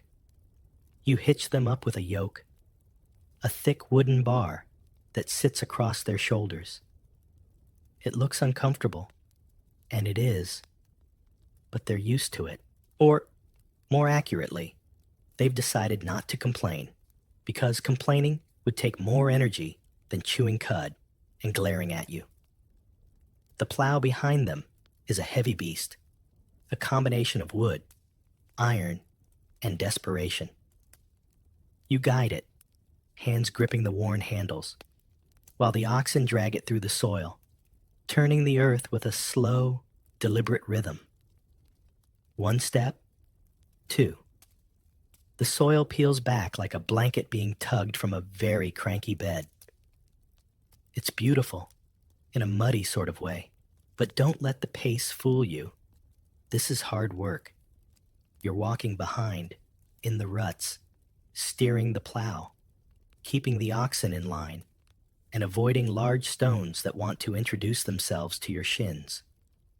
You murmur to the oxen as you go, not because they understand, necessarily, but because it's traditional, a kind of whispered encouragement, or maybe a threat. The line between those two is often blurry in farming. Some days they cooperate. Other days, they stop mid-furrow to ponder a distant cloud and refuse to move until the cloud moves. 2. There's not much you can do but wait, and occasionally bribe them with a handful of oats. Historians still argue whether oxen were universally preferred or simply more available to most villages. In some regions, horses eventually took over, faster, more agile. But oxen? Oxen were loyal, patient, and significantly harder to accidentally launch into a ditch. You've learned to read their moods. A flick of the tail, a stomp of the hoof. These are the warning signs. You give them space when needed and try not to stand directly behind them unless you're feeling particularly brave or particularly tired. Your hands, meanwhile, are blistered. The plow jerks when it hits roots or old furrows. Your boots are soaked. But the furrows stretch behind you in neat rows, and the field is beginning to look like something with purpose. And when it's time to carry tools, sacks of seed, or harvested crops, the oxen come through again. They pull carts that would take a dozen people to move. They carry logs, stones, even barrels of fermented, don't ask what's in it, pickles down to market. You even name them. Everyone does. They earn it. Maybe one is called Old Bramble because he once wandered into a hedge and refused to come out for 3 hours. Maybe the other's Sister Margaret because she kicks with the same authority as the abbess. You treat them well, feed them, brush them, mutter to them during long walks. Not because you're sentimental. Okay, maybe a little. But because without them, your work would double. And your knees, they'd just quit. There's a certain peace to it. The way the plow digs in, the soft squelch of soil, the oxen's steady breaths. You lose yourself in the rhythm. One row, then another, then a pause to check your boots for worms or contemplate whether that cloud really looks like a bishop. Eventually, you stop to rest. The oxen lower their heads, chewing thoughtfully, possibly judging you for needing a break before they did. You lean on the plow, watching the wind ripple across the planted fields, and realize something. You've covered more ground in less time. Not because you rushed, but because you worked with the land, and with these two stubborn beasts who tolerate you more than they have to. It's not flashy. It's not heroic, but it's farming. And thanks to your plodding, snorting coworkers, it's a little easier than it could have been. You trudge back into the field the next morning, your legs already arguing with you before you've even lifted the plow handle. But today, you're not plowing. Today, you're thinking, planning. Because believe it or not, there's strategy involved in how you plow. Not just that you plow. This isn't mindless zigzagging. It's plowing in patterns. And yes, that matters. You look over your field, still slightly damp with dew and full of yesterday's hoof prints. There's an art to getting this right. If you're not careful, you'll waste time, waste energy, and possibly create a weird mini lake in one corner where the water likes to collect and sulk. So you map it out in your mind. The classic approach, the ridge and furrow system. You plow in long, slightly raised ridges with furrows, trenches between them. Why? Well, for one, it helps with drainage. The ridges rise just enough to keep your crop's feet dry, while the furrows carry away extra water. Your cabbages are much less moody when they're not soaked to their roots. It also helps with warmth. The ridges dry faster after a rain and warm up quicker in the sun. That means seeds germinate earlier and plants grow a bit faster, just enough to matter when you're trying to squeeze a harvest out of unpredictable weather. You mark your starting point, maybe a flat stone or a crooked tree that served as your makeshift compass since the first time you nearly walked your plow straight into the neighbor's fence. From there, you begin plotting a methodical route, not in circles, not at random, but in clean, curved lines that mirror the slope of the land. Because yes, land has a personality. Some fields slope slightly. Some have weird dips. Some are lumpy with the memory of past mistakes. You learn to follow the contour, not fight it. Work with the earth. Bend where it bends. You keep your rows straight, not out of vanity, but because turning the plow is a pain. Every time you pivot the oxen, you lose momentum, and possibly a boot. Straight rows mean fewer turns, smoother work, and less risk of wandering off into a ditch mid-thought. Historians still argue how much of this was deliberate science versus passed-down tradition. But it worked. Medieval fields were not random scatterings. They were organized, efficient, and shaped by generations of muddy trial and error.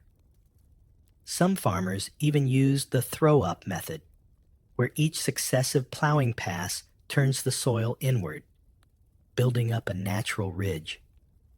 Others use cross-plowing, going one direction, then another, to break up tough soil before sowing. It depends on the crop. It depends on the region. And, frankly, it depends on how much you care that day. And here's the secret no one tells you.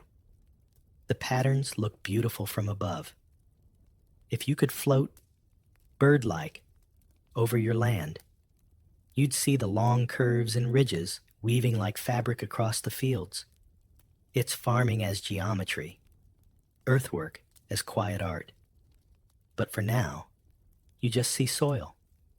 Damp, crumbly, full of promise, and maybe a few surprise rocks.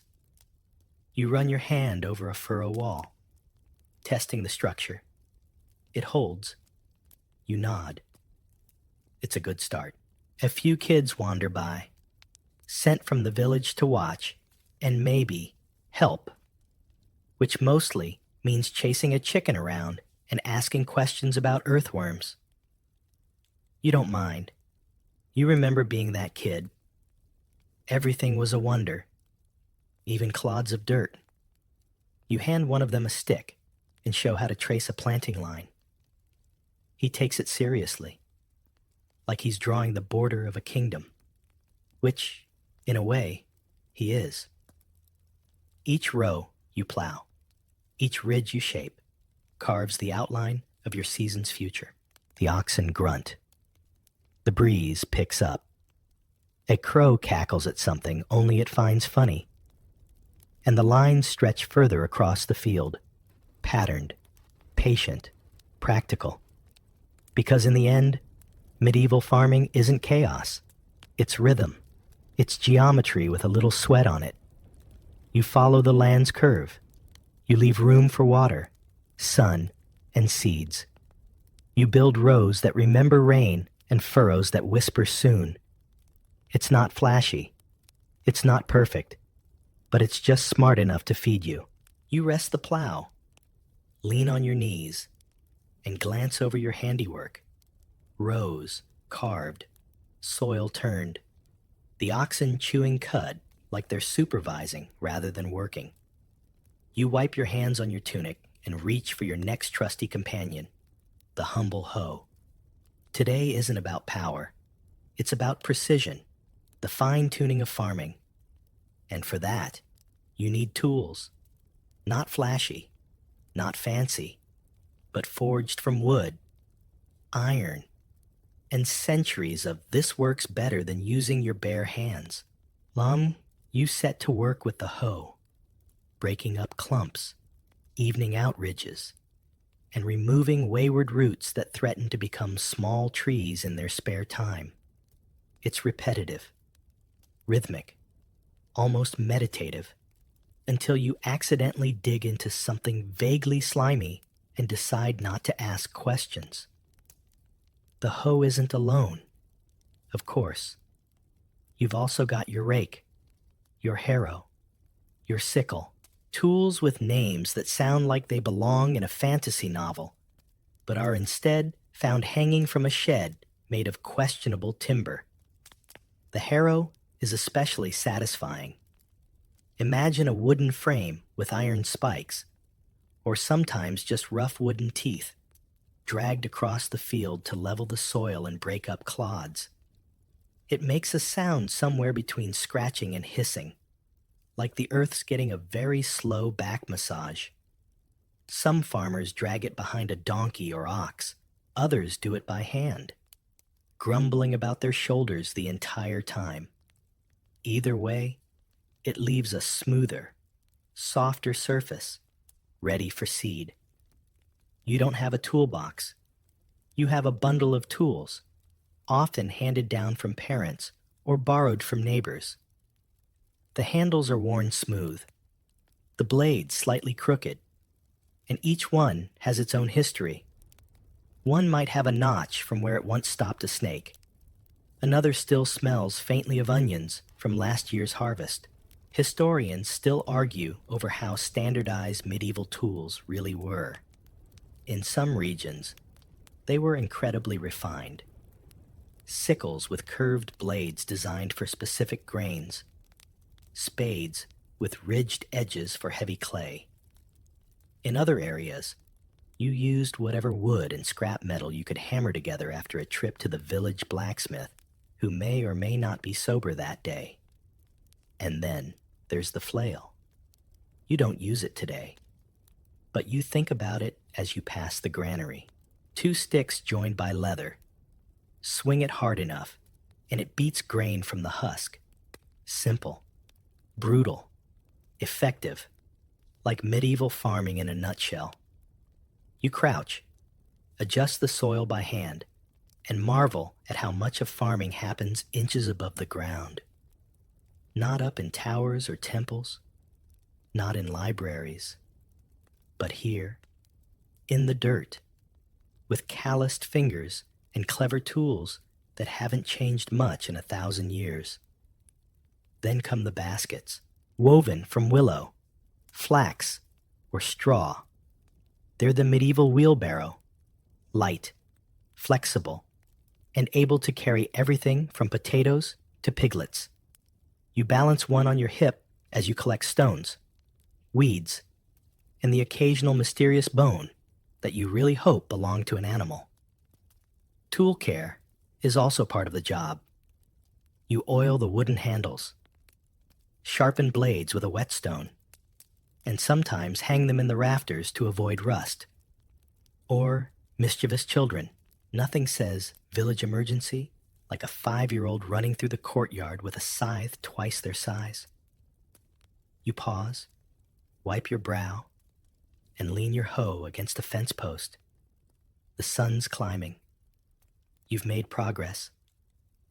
The field is starting to take shape. Tidy rows, smooth furrows, the scent of earth rising like a quiet promise. You glance over at your neighbor's plot.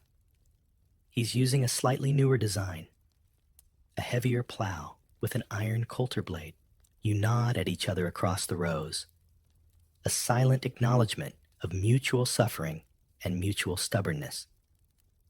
Because these tools don't just save time, they save you, your joints, your energy, your sanity. Every stroke of the hoe, every sweep of the rake, every slam of the flail is a small act of rebellion against the endlessness of farm labor. Sure, you'll still be sore tomorrow. Your hands will look like tree bark by mid-season. But your tools, they work as hard as you do. They carry centuries of dirt, of know-how, of let's not do it the hard way again. You pick up your hoe and smile. Because in the right hands, even a crooked stick becomes a miracle. Your field is finally prepped, furrowed, leveled, rid of the worst of the weeds and most of the mystery bones. You sit on the edge of a low stone wall, nibbling a bit of hard bread and watching the village begin its slow, collective shuffle toward the open fields. Today is a communal day. Because this isn't just your land. Not entirely. Welcome to the open field system, one of medieval Europe's most marvelously inefficient-looking systems that somehow worked for centuries with fewer arguments than you'd expect. Though, to be fair, still plenty of arguments. You look across the landscape and see it. Massive fields with no fences. No neat divisions, just long, narrow strips. Your strip, your neighbor's strip, and a dozen others, each plowed in line and stretching into the distance like rows of agricultural lasagna. Everyone's out here, young, old, wobbly, loud. The man who claims he once wrestled a bear, the woman who can weed faster than anyone you've ever seen, and a child determined to chase geese into every inconvenient direction. The open field system means land is shared, but worked individually. Instead of owning one tidy rectangle of land, you have multiple narrow strips scattered across the larger field. Why? Partly to ensure fairness. If one corner has better soil or gets better sun, everyone gets a piece. No one hogs the best dirt. It also spreads the risk. If part of the field floods, or gets hit by frost, or is trampled by a visiting dignitary's overly ambitious horse, only some of your crops are affected, not all. You head to your assigned strips, seed pouch in hand, ready to begin. Your neighbor, Merrick, waves with one hand while scolding his goat with the other. Classic. There's no real privacy here. Everyone sees your progress, your mistakes, your triumphant carrot harvests. But there's comfort in it, too. You're not alone. If your plow breaks, someone will help. If your oxen wander, someone will find them. If you slip and fall into a furrow, 3 people will laugh, then pull you out. Historians still debate whether the open field system was the result of brilliant planning or just the most functional compromise that arose out of necessity. But it fostered cooperation, whether you liked your neighbors or not. And there are rules, lots of them, agreed upon by the village, enforced by local customs, and the occasional passive-aggressive reminder shouted across the fields. You're expected to sow and harvest at the same time as everyone else. If you delay, it could mess up the whole system, especially if someone's sheep are scheduled to graze the fallow strip right after. Yes, even the grazing rotation is communal. Speaking of sheep, you glance toward the far field where they're already being herded in slow, woolly circles. Their job? Eat weeds, fertilize the ground, and occasionally look offended for no reason at all. There's a rhythm here. Someone sharpens a scythe. A group of kids walks the perimeter to shoo off birds. The elder woman with the permanent scowl inspects furrows like she's choosing a husband. You begin sowing your grain, one handful, then another, scattering it with practiced grace. You've done this before. Your body remembers even if your brain is still half asleep. Every now and then, someone calls out, a joke, a complaint, a weather report based on the behavior of a nearby duck. The communal field isn't just a workplace. It's a social space, like an office. If your office involves significantly more dirt and no walls whatsoever, you finish your strips and stretch your back. Satisfied, you'll be back here soon enough, checking sprouts, battling weeds, fending off rabbits that refuse to respect personal boundaries. You wander down the central path, boots dusty, hands empty. Behind you, the field is a patchwork of effort, some neat, some messy, all alive. And maybe that's the beauty of it. No fences, no secrets, just land, labor, and laughter shared. Because sometimes, the best way to grow food with less work is to grow it together. You wake to the sound of bells, not birds. A slow, measured peal that says, it's time. Not for church, not for dinner, but something far more important. The harvest begins today. Out you go, scythe in hand, boots laced, body already sore just from anticipating what's coming. The field looks different now, no longer freshly furrowed, but standing tall and proud, swaying under the late summer breeze. Stalks of wheat and barley ripple like gold thread under a quilt of morning mist. You nod, stretch, and prepare to turn those golden waves into sacks of bread, ale, and survival. Harvesting isn't glamorous. It's sweaty, repetitive, and fueled by sheer momentum. You start at dawn. You'll go until your arms give out or the light fades. Whichever comes first, you reach for your scythe. It's been sharpened for days, lovingly honed on a whetstone while you muttered tiny hopes into the blade. A good edge means fewer cuts to your hands and more to the grain. You grasp it, step into the field, and begin the ancient pendulum-like motion. Swing, pull, clear, swing, pull, clear. It's less like cutting and more like dancing, with a partner that resists. Beside you, others fall into step. Neighbors, cousins, hired hands. There's no silence here. Harvest is noisy. Jokes are shared. Shouts fly when someone uncovers a sleeping toad. Songs rise, nothing fancy, just the kind that help you remember you're still breathing. This isn't done all at once, either. You plan, you time it. Different crops ripen at different speeds.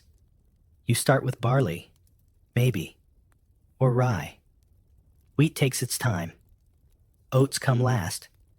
You have to pace yourself, rotate between fields, and guess what the weather might do before it actually does. Historians still argue whether medieval harvests were done methodically or as a race against rot and rain. The answer is probably both. Because the moment those stalks are ready, the countdown begins. One storm, one cold snap, one unexpected fungal guest, and it could all vanish. So you cut, and you cut, and you keep cutting. The scythe's arc becomes familiar, almost hypnotic. You fall into a rhythm that bypasses thought and lives in your shoulders. You wipe your brow with a sleeve that's already soaked and stained. Your hands blister, your knees ache, your shirt itches in 6 new places. And still, you work.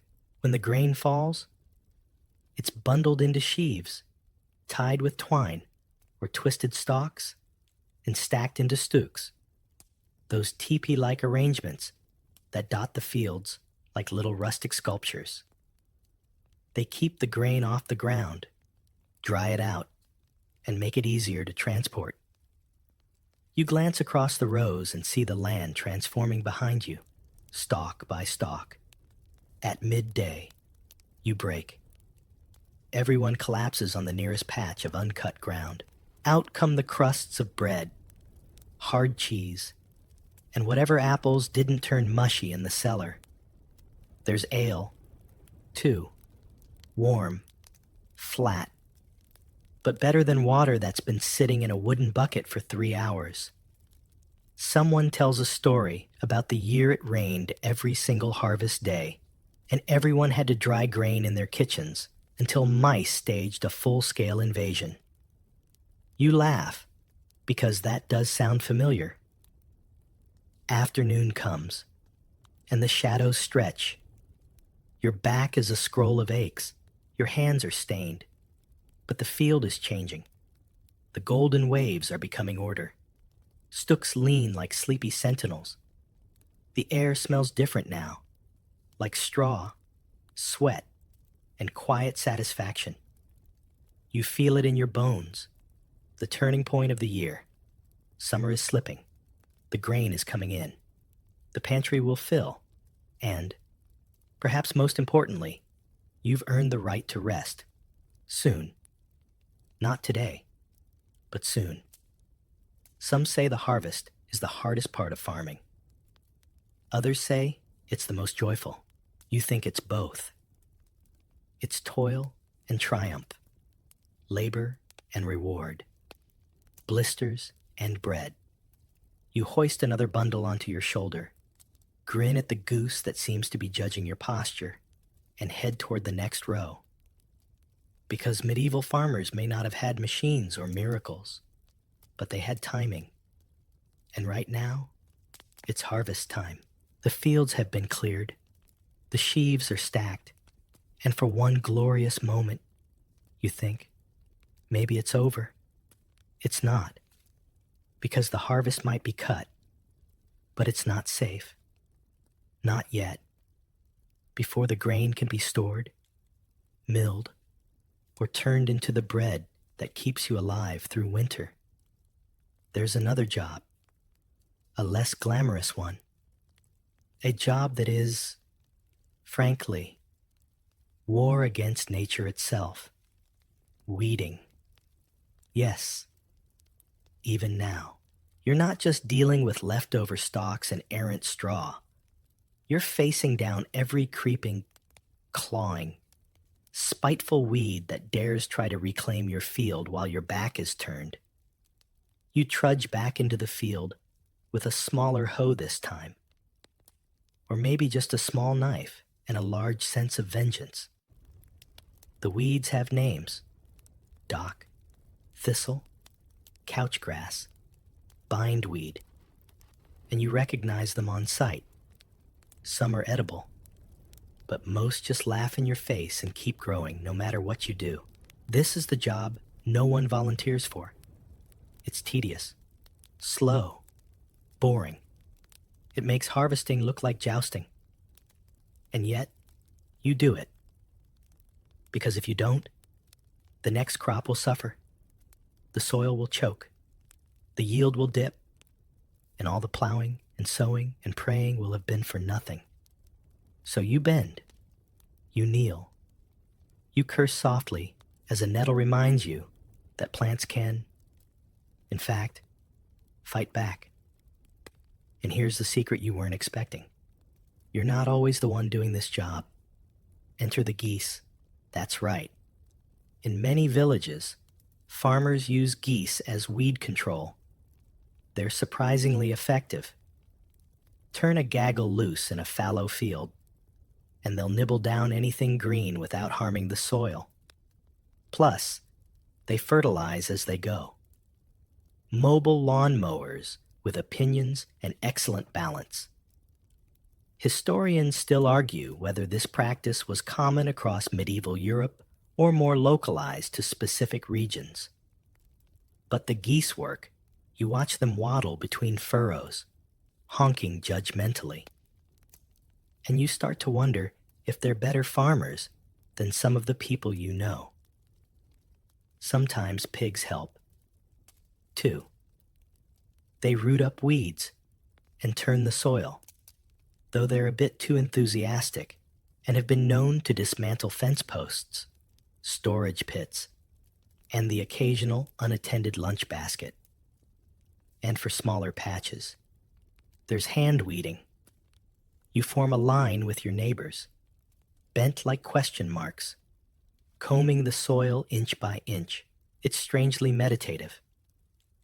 You stop thinking about the pain in your knees or the crick in your neck. You just move.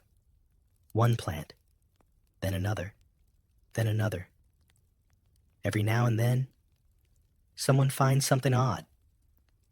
A pottery shard, an old coin, a bone that no one really wants to identify.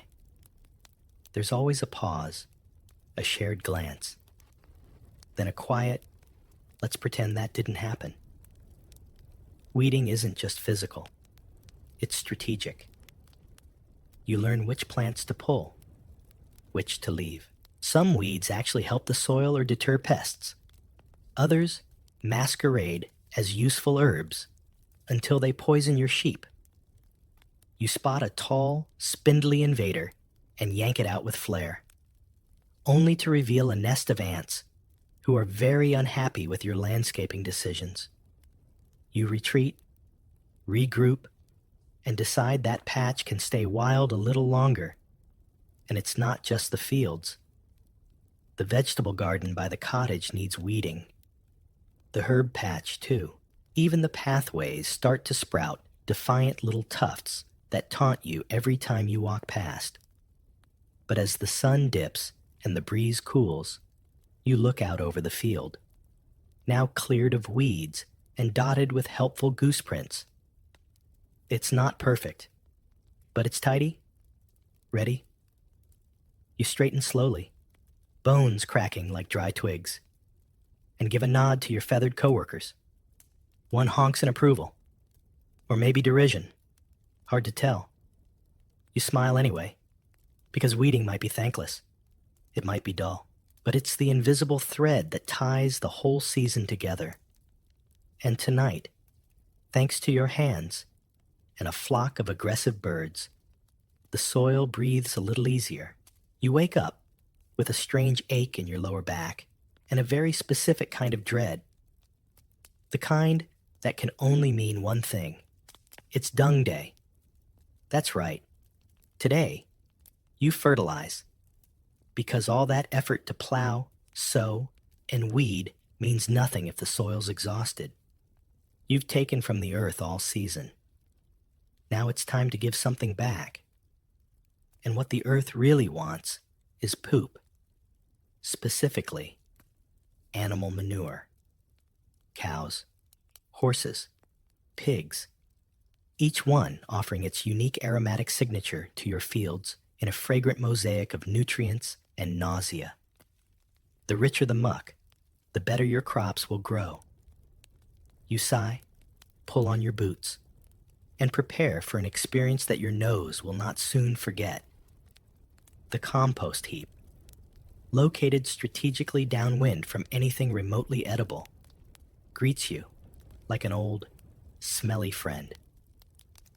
Layers of straw, old food scraps, and very committed insects churn slowly in the morning sun. You grab a pitchfork, trying not to breathe too deeply, and begin the laborious process of shoveling the stuff into a wooden cart. It's heavy, it steams, it clings to your boots with unsettling enthusiasm. Once the cart is full, you drag it out to the field, grumbling at every bump and silently cursing the oxen who definitely saw you struggling and still chose to nap under the tree. You start spreading it by hand, forkful by forkful, making sure each furrow gets its fair share of earthy encouragement. Some farmers mix ash into their compost. Others add pond muck. The idea is the same. Replenish the nitrogen, improve the texture, and keep the soil from turning into the kind of dust that politely refuses to grow anything. It's not glamorous. It's not pleasant. But it works. And it's not just fresh dung. Medieval farmers also composted plant waste, kitchen scraps, dead leaves, broken branches. Nothing went to waste. A cabbage gone soft? Toss it on the heap. The end of a leaky leather shoe? Even that might end up decomposing under the pile, giving something back in its final act of usefulness. Historians still debate how systematic this composting was. Some evidence suggests structured routines, especially near monasteries. Others believe it was more intuitive, each village developing its own traditions based on what smelled the least horrifying and worked the best. You finish spreading one load, and already the scent clings to your clothes like an overly affectionate relative. But the earth accepts your offering. In a week or two, you'll till it under, mixing it deep into the soil, letting it settle before next season's planting. And it's not just for crops. Your herb garden loves the stuff. So do your leeks. Even the stubborn carrot patch starts to look more optimistic after a good manuring. You glance toward the chickens scratching around a fresh pile, blissfully unaware of your labor. A pig saunters by, snorting approvingly, probably because he contributed. You nod at him like coworkers who shared a particularly harrowing meeting. Dung isn't the only fertilizer, of course. In coastal villages, farmers used seaweed, which adds minerals and breaks down beautifully. Inland, some collected wood ash, bone meal, or even, brace yourself, urine, aged and diluted for maximum impact. You pause at the edge of your field, shovel in hand, shirt soaked with effort. The air hangs heavy with the scent of potential. It's not poetic, but it's honest. You're feeding the land that feeds you. And tomorrow, when you wash your clothes in the stream, you'll silently hope the ducks don't judge you. Because this is the circle of farming life. You sow, you reap, you return. With thanks, with work, and, occasionally, with a wheelbarrow full of very pungent gratitude. You're up early again, walking the edge of your field. Only this time, you're not here to sow, weed, or spread anything that might inspire gagging. You're here to listen. Because today's task involves something quieter, something clever. Water. You step over a narrow trench that runs like a lazy scar through the grass. This, believe it or not, is irrigation, medieval style. No flashing lights, no pumps or pipes. Just ditches, gravity, and patience. In a world without electric sprinklers or weather apps, managing water meant watching, waiting, and digging a lot. If it rained too little, your crops shriveled. Too much, and the field became a swamp that invited ducks and despair. So, farmers built their own systems. Simple, practical, and effective. This trench, cut weeks ago, collects runoff from a nearby stream. It winds through several plots, splitting here and there with little stone dividers that you and your neighbors adjust as needed. Water for you. Water for Merrick. Water for that patch of onions that insists on being moody no matter what you do. You step onto a little plank bridge and check the flow. Not too fast. Not too slow. Just enough to moisten the furrows without drowning the seedlings. You poke a stick into the current to redirect a trickle toward the far end of your strip. Some farms use wooden sluice gates, crude little shutters made of planks and pegs. Others just use rocks and mud to dam or redirect flow as needed. It's not glamorous, but it works. And when it doesn't, someone gets very wet, and the geese get another reason to laugh at you. But water isn't just about the fields. It's about power, too. Off in the distance, you hear the rhythmic clunk-churn splash of a watermill. One of the manor's pride and joy installations. It sits by the river like a great wooden giant, slowly turning, its wheel paddle scooping up water to drive grinding stones inside. The mill grinds your grain into flour, something that used to take hours by hand with a mortar and pestle. Now, just a sack of barley in, a few heavy turns of the wheel, and flour comes out the other end like dusty magic. Historians still argue whether watermills were widely accessible or mostly controlled by lords and monasteries. The truth probably lies somewhere in between. But if you live near one, and your lord lets you use it, you've basically unlocked a medieval cheat code for food prep. And then there's the windmill. Less common in your region, but you've heard stories. A tower that captures the sky itself, its sails turning in the breeze like an enormous mechanical bird. In flat, breezy areas, it's the only way to get enough torque to grind grain or pump water without relying on streams. The engineering isn't simple. Carving paddles, aligning gears, building shafts that don't snap the first time the wheel jerks in a storm. But the payoff? Huge. One windmill can process enough flour for an entire village. You stop at a bend in the irrigation ditch and kneel.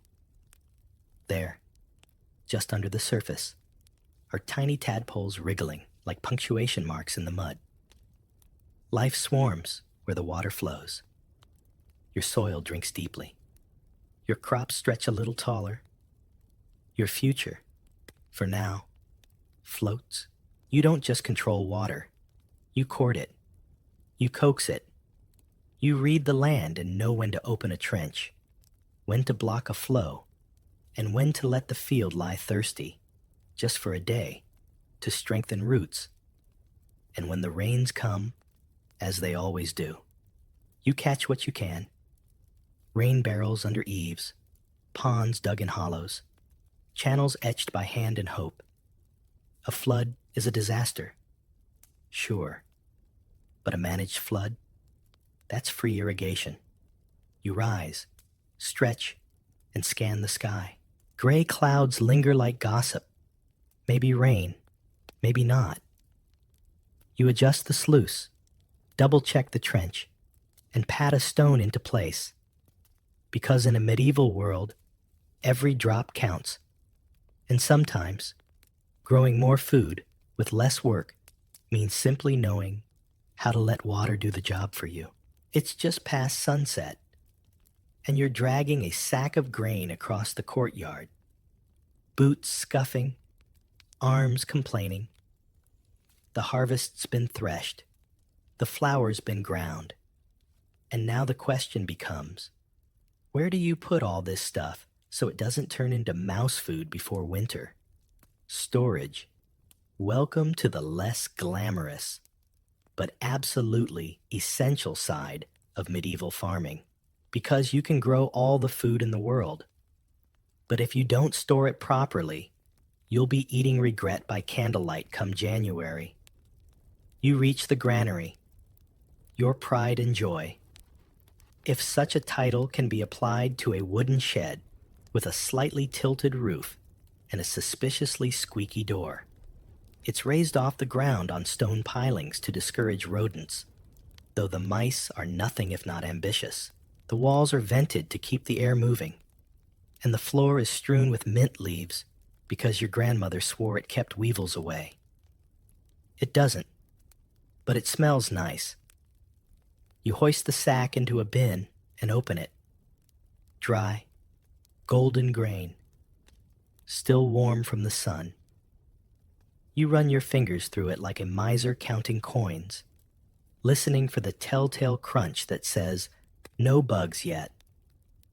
Next to the grain, a small mountain of turnips, then carrots, then onions, all tied together in braids and dangling from hooks like some sort of savory chandelier. Each has its place. Each has its trick. Root vegetables go into cellars, cool, dark, and ideally drier than your cousin's sense of humor. You dig into the earth, line the walls with stone, and keep the bins off the floor. Straw insulates. Ventilation matters. Mold is your eternal nemesis. The apples go in last, layered between leaves and straw in barrels, rotated occasionally to stop them from sulking and rotting in protest. Then there's the smokehouse. You head over to check it out, slipping through the curtain of oily scent. Here, your meat hangs on hooks. Pork, venison, the occasional goose that lost an argument with the cook. The fire pit below smolders constantly, its low heat preserving everything while lending that deep, smoky flavor that hides, shall we say, uncertainties in freshness. Cheese, in the pantry, salted and waxed. You flip them every week so they age evenly. Butter gets sealed in clay pots and buried in the coolest part of the cellar. It's not perfect, but it'll last a few months if the mice don't form a union and mount a heist. And let's not forget pickling. You've got jars of cucumbers, cabbage, onions, sitting in brine so strong you can taste it through the air. Vinegar and salt do their work, like quiet alchemists, keeping vegetables crisp and tangy deep into winter. Historians still debate whether medieval storage methods were driven more by science or superstition. Likely both. You've been told not to store onions next to apples, lest they argue all night and spoil each other. No one really knows why, but everyone agrees not to risk it. You have jars sealed with wax, casks of ale stored in the coolest corners, even a basket of dried herbs hanging in the rafters. Basil, sage, rosemary, all curled and dusty, but ready to flavor a stew or fend off a minor ghost, depending on your needs. Everything has its ritual, its order. The difference between feasting and famine could be whether you rotated your barrels or remembered to check for signs of dampness. One leak in the roof and a season's worth of rye becomes a breeding ground for every mold species known to man. and at least one that hasn't been discovered yet. You light a small lantern and take a final walk through the storeroom. The sacks are stacked, the barrels sealed, the ropes tied. The air is dry, the floor is clean-ish, and nothing seems to be moving that shouldn't be. You exhale, shoulders dropping. This is security, not stone walls or swordplay, but cellars full of food, smokehouses full of meat, and shelves full of jars that promise soup on a January evening. Because growing food is half the battle. Keeping it, that's where the real magic begins. You're not in the field today. You're in the barnyard, scratching your head as a chicken glares at you like you've insulted its lineage. Which you probably did. Out loud. Just now. Because today, it's not about plows or tools or storing grain. It's about the animals, and not just feeding them. No. Today, you're letting them work for you. This is where medieval farming gets clever, because in between the hoeing, sowing, and frantic weather guessing, your animals are doing far more than simply being cute and edible. They're part of your labor force, and in some cases, they might actually be outworking you. Take pigs, for instance. You've got a few, likely black or reddish-brown, snorting around near the compost heap with the self-satisfaction of creatures who know they'll find something to eat eventually. They're not picky.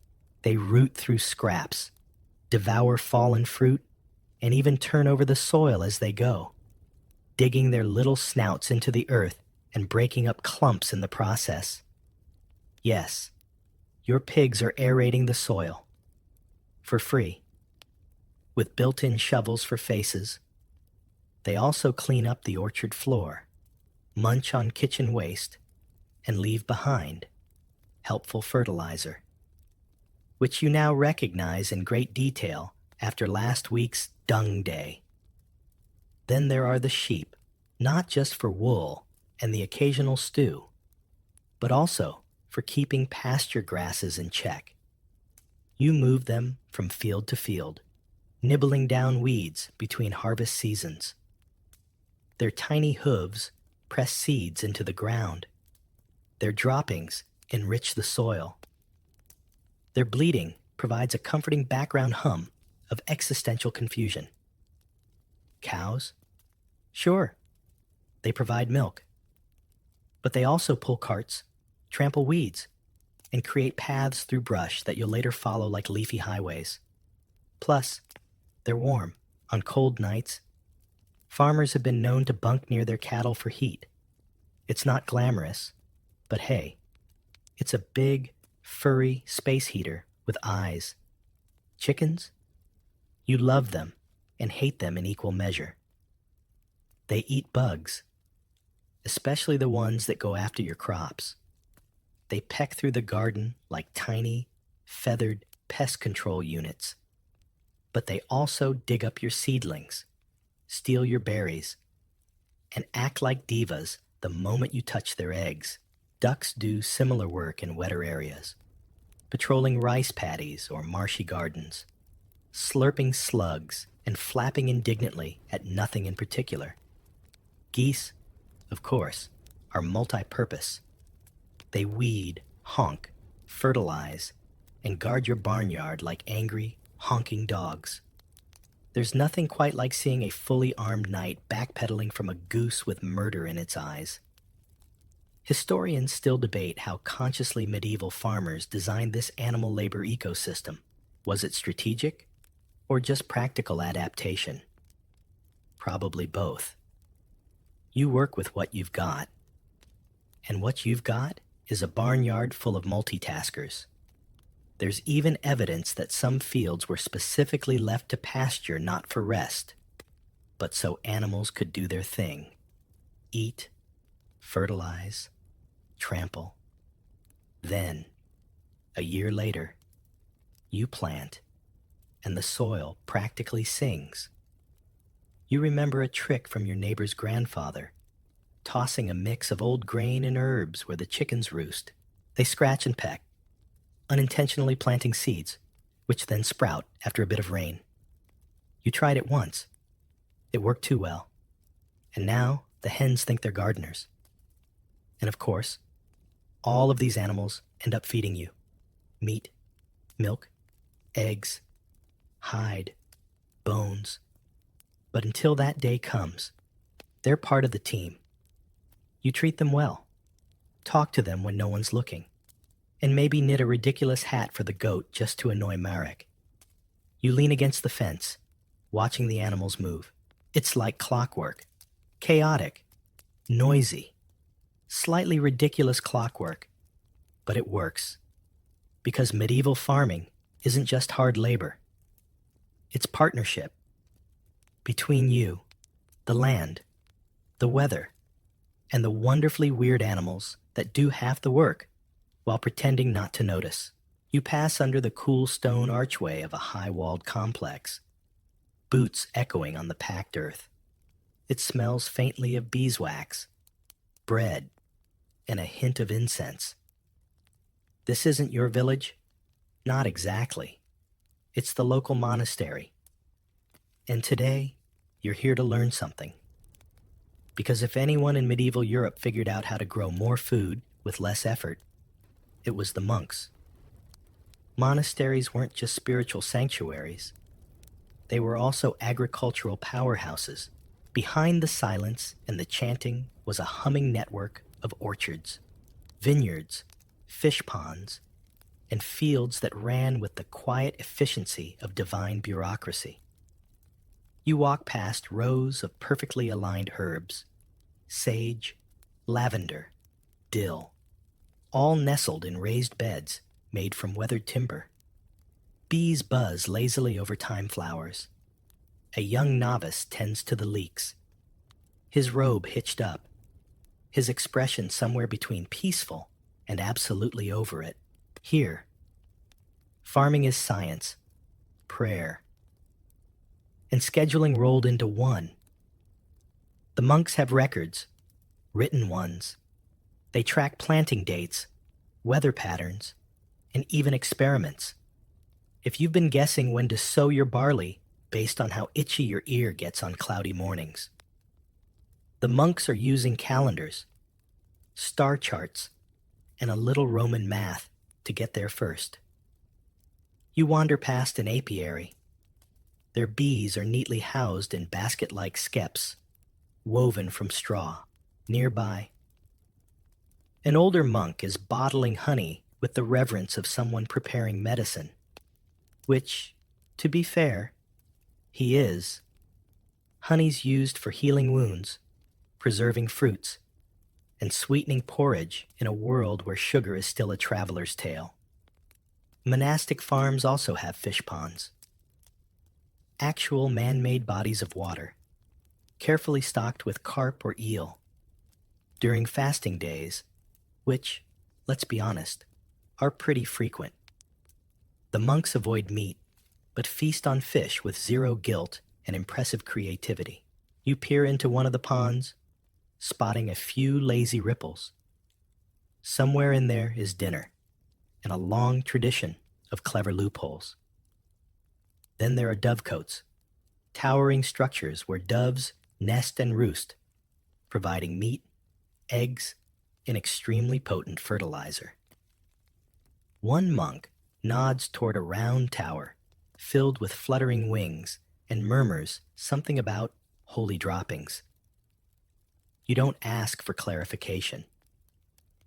Historians still debate just how widespread these monastic innovations were. Some argue that monasteries acted as models for local farmers, trickling down knowledge. Others believe the cloistered world kept much of it internal. But whether directly or not, their influence shaped rural life. They were often the first to adopt new crops. Spinach, maybe, or try improved tools, a better plow blade, a faster scythe. They experimented with crop rotation, cover crops, composting, even water wheels for grinding grain. You follow a cloaked brother into a small enclosed garden, a hortus conclusus. They call it symbolic, peaceful, and practical. It's a space for both prayer and parsley. Here, they grow medicinals, comfrey for healing, fennel for digestion, wormwood for, well, no one's quite sure anymore. But it smells like something you'd find in a wizard's pantry.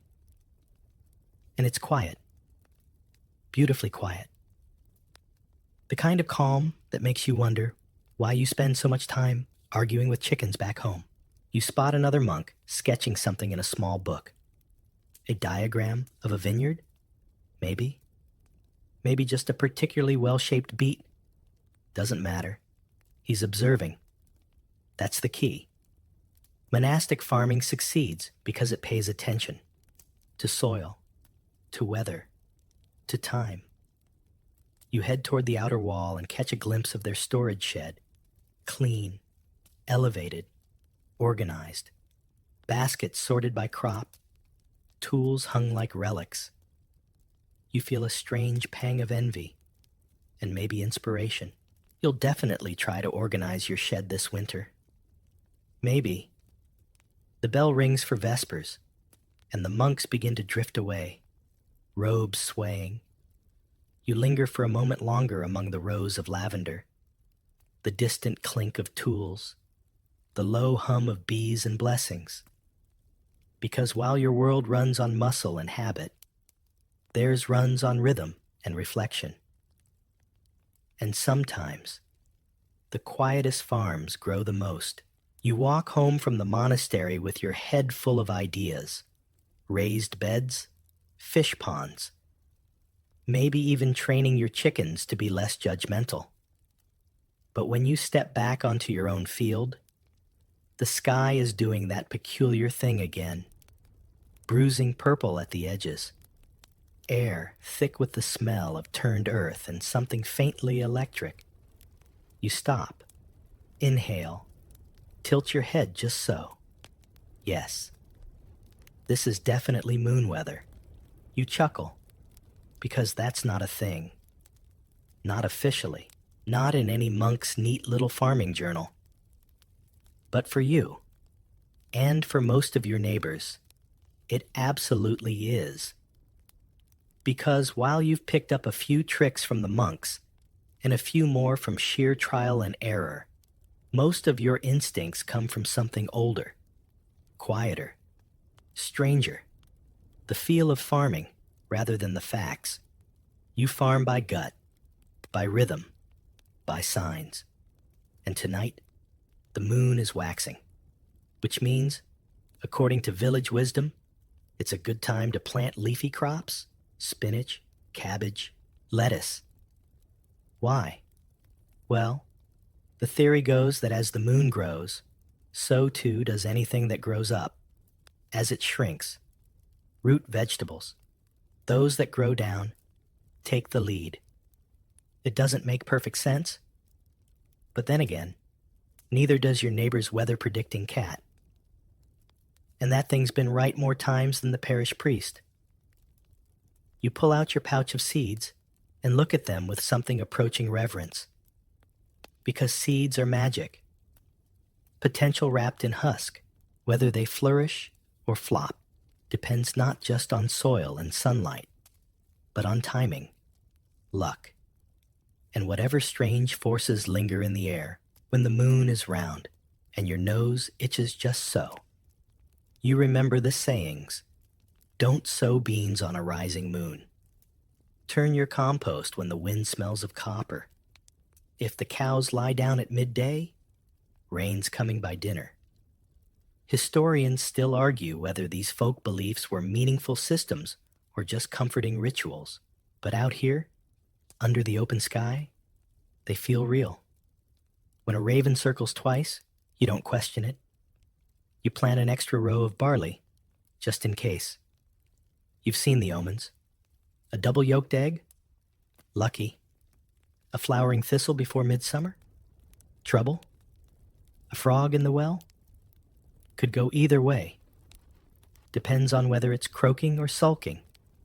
And let's be honest, sometimes instinct outpaces information. You feel when the soil is ready. You sense when rain is coming, without checking, that this season will be shorter, meaner, or more generous. There's also that time you dreamt about carrots, planted them the next day, and had the best yield in 5 years. Was it science? Divine inspiration? Coincidence? Doesn't matter. You still sleep with a carrot under your pillow during planting week. Even your tools join the ritual. You don't lend your favorite hoe out during the waning moon. You whisper thanks to your scythe when it glides through wheat like butter. And you once swore a rake worked better after you buried it in the ash pile overnight. Don't laugh. It did. You pass your herb patch and pause at the rosemary. It's said to grow best where a woman rules the household. Yours is thriving. You make a mental note to tell your partner she owes you half a stew for that observation. Superstition? Maybe. But it guides your hand when the books don't. And on days when the clouds roll in sideways and the wind smells like something ancient, you trust the signs. You have to. Because medieval farming isn't just about systems. It's about feeling your way through fog, listening to soil that doesn't speak, reading a sky that writes in riddles, knowing when to act, when to wait, and when to throw salt over your shoulder and hope the cabbage sprouts anyway. You plant a row of lettuce as the moon climbs higher. Silvery and silent, you pat the soil with a little extra care, a little extra faith, and as you turn to head back inside, you feel the breeze shift, just a little. You smile. Tomorrow will be good. You wake up late today? Sun, already casting warm gold over the treetops. The field outside your window, sighing with that soft stillness that only arrives after the last chore has been done. And for once, it's not yelling for your attention. The plowing is finished. The grain is threshed. The storage bin's full. The root cellar lined like a medieval pantry dream. Even the geese are unusually quiet. They've judged enough for one season. You stretch, roll your shoulders, and for the first time in months, realize you don't have to rush. This is the rarest moment in medieval farming. The lull, a slice of slow time between harvest and winter prep. And while there's always something to do, repair that fence, finally patch the roof, find out why the south gate creaks like a dying goose. There's nothing screaming urgent. You step outside. The air is cooler now, the kind that bites gently at your cheeks but still smells faintly of apples and turned earth. The fields lie quiet, a patchwork of stubble and promise, resting beneath a blue sky that's finally run out of weather tricks for the season. And you might just take it easy today, because medieval farmers, despite the back-breaking work and the never-ending cycle of chores, knew something important. You have to rest too, not just because you're tired, but because the land does. Because rhythm is everything, and even toil needs its offbeat. You stroll past the compost heap, still steaming, still smug. Past the herb garden, now sleepy and browning, and into the small pasture where your goats blink at you like you've interrupted something profound. One of them burps. Philosophically, there's bread cooling on the windowsill, cheese aging in the pantry, and a stack of firewood tall enough to earn your neighbor's quiet jealousy. You've done enough for now. You sit on a low stone wall, just watching. No plan, no list. Just the soft sounds of chickens pecking at invisible worries, and a breeze that has nothing urgent to say. This is part of the system, too. The pause, the slow stretch between effort and effort. It's when you mend your boots, carve a new handle for the hoe, tell long, winding stories by the fire, and start thinking about next spring in that dreamy, optimistic way that forgets just how sore your back was during sewing. Work smarter, not harder. That's what your uncle used to say, while definitely not helping you lift anything heavy. But he wasn't wrong. You've learned to space your efforts, to rotate crops, to share tools, to lean on the goose patrol instead of micromanaging weeds yourself. You've learned to read the signs, to trust your gut, to ask the moon for planting advice, and then double check it with the cat. You've worked alongside monks, oxen, clouds, and compost piles. You've figured out which row gets shade at midday and which one the chickens have claimed as their gossip corner. And you've done it all by being practical, observant, and just the right amount of superstitious. Historians might marvel at medieval innovation. The three-field system, the windmills, the grain storage. But here, on your wall, sipping warm cider and watching the world exhale, you know the real secret. It wasn't just the tools, or the oxen, or the monks with their orderly gardens. It was the rhythm, the instinct, the wisdom passed in muddy boots and off-key lullabies. It was knowing when to plant and when to stop, when to dig and when to rest.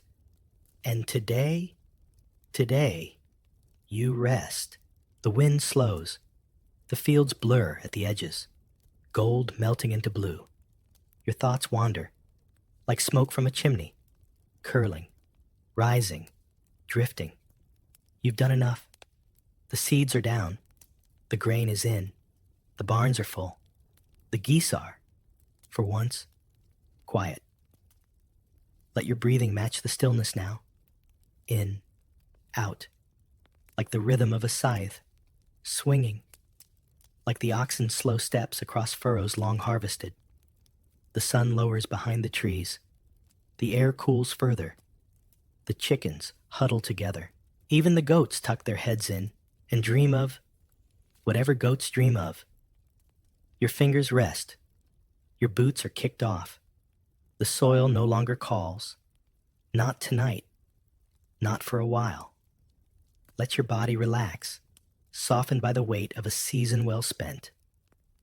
Let your mind quiet, as if you finally laid your rake down beside the fence and decided to listen, not speak. Because farming, like sleep, is a cycle. And now, it's time for you to settle into yours. Close your eyes. Drift with the wind. Let the soil sleep. Let the moon rise. Let yourself rest. What couldn't owners do to slaves in medieval times? Hey guys, tonight we're stepping quietly into the shadowy edges of medieval life. Not into the courts of kings or the echoes of battlefields, but into something quieter, heavier, and more complicated. The world of slavery in the Middle Ages.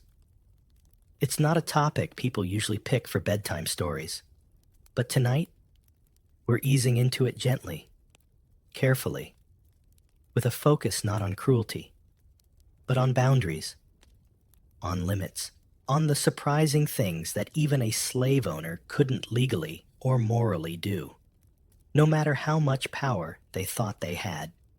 You're standing on a dusty village road in the 12th century. The fields stretch wide. The bells in the church tower ring slowly, and near the manor, a handful of people are working. You can't tell who's free and who's not just by looking. And that's the first twist in this tale, because in the medieval world, slavery didn't look like the stark, racialized system of later centuries. It was patchy. region-specific, and deeply entangled with local customs. In some places, you were called a serf. In others, a thrall. In cities, maybe a bondservant or a familia member. The words change, the conditions shift, but the common thread, ownership, or something very close to it. Still, even in this unequal world, there were things you couldn't do to a slave. Surprising things, quiet limits, tucked into dusty charters, church rules, or whispered customs passed down through fields and kitchens. In early medieval Europe, slavery hadn't disappeared after Rome. It just changed shape. You could be born into it, captured in war, or sold into it during hard times. And yes, you could be bought and sold. But, and this is key, you weren't entirely without rights. In some cases, the church stepped in. A slave couldn't be made to work on Sundays. If they were baptized, hurting them too severely was a sin, and sometimes a crime. Killing a baptized slave? That could land you in serious trouble. Not always. Not everywhere. But the law, or at least the church, saw a soul there. That meant something. You walk past a pair of women drawing water, one free, one not, but both speak with the same tired cadence. They both share gossip. They both roll their eyes at the steward, and behind their murmurs is a truth. Even within bondage, people lived, negotiated, resisted in small, quiet ways. The law was a patchwork. In Anglo-Saxon England, for instance, slaves had market value, but killing one meant paying a fine. Not because they were property, but because it disrupted the social order. In early Christian kingdoms, manumission, the act of freeing a slave, was praised. Some rulers freed their slaves on their deathbeds to save their souls, and so, paradoxically, the institution of slavery often came with rules to limit the worst impulses of those who wielded power. Could a master starve a slave? Not without consequences in many places. Could they mutilate them? In some regions, that was enough to have their land seized or their name shamed in church. It wasn't equality, not even close, but it wasn't lawless either. Historians still argue how effective these protections really were. Did they save lives? Or just soothe the consciences of nobles and clergy? Did they prevent cruelty, or simply reshape it into quieter, more acceptable forms? You reach the edge of a village and hear the faint sound of evening prayers. Somewhere, a candle is lit in a window. A slave might be lighting it, or a servant, or a peasant who technically has freedom, but very few choices. The line between them all blurs. And that's where we begin. Not with what was done, but with what couldn't be. With the strange, flickering limits on ownership in a world that was still learning to define it. Because even in an age of chains, not every door could be locked. You wake to the smell of wood smoke and the gentle squabble of chickens outside your cottage. The morning is slow, thick with dew and the sound of footsteps on packed earth. Today, you're headed into the village, not to trade, not to visit, but to sit in on a hearing, not yours. Thankfully, it's about a man named Osric, and whether he's a slave or something else entirely.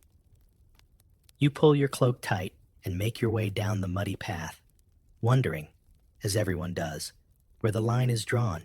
Because in this world, the legal categories aren't neat.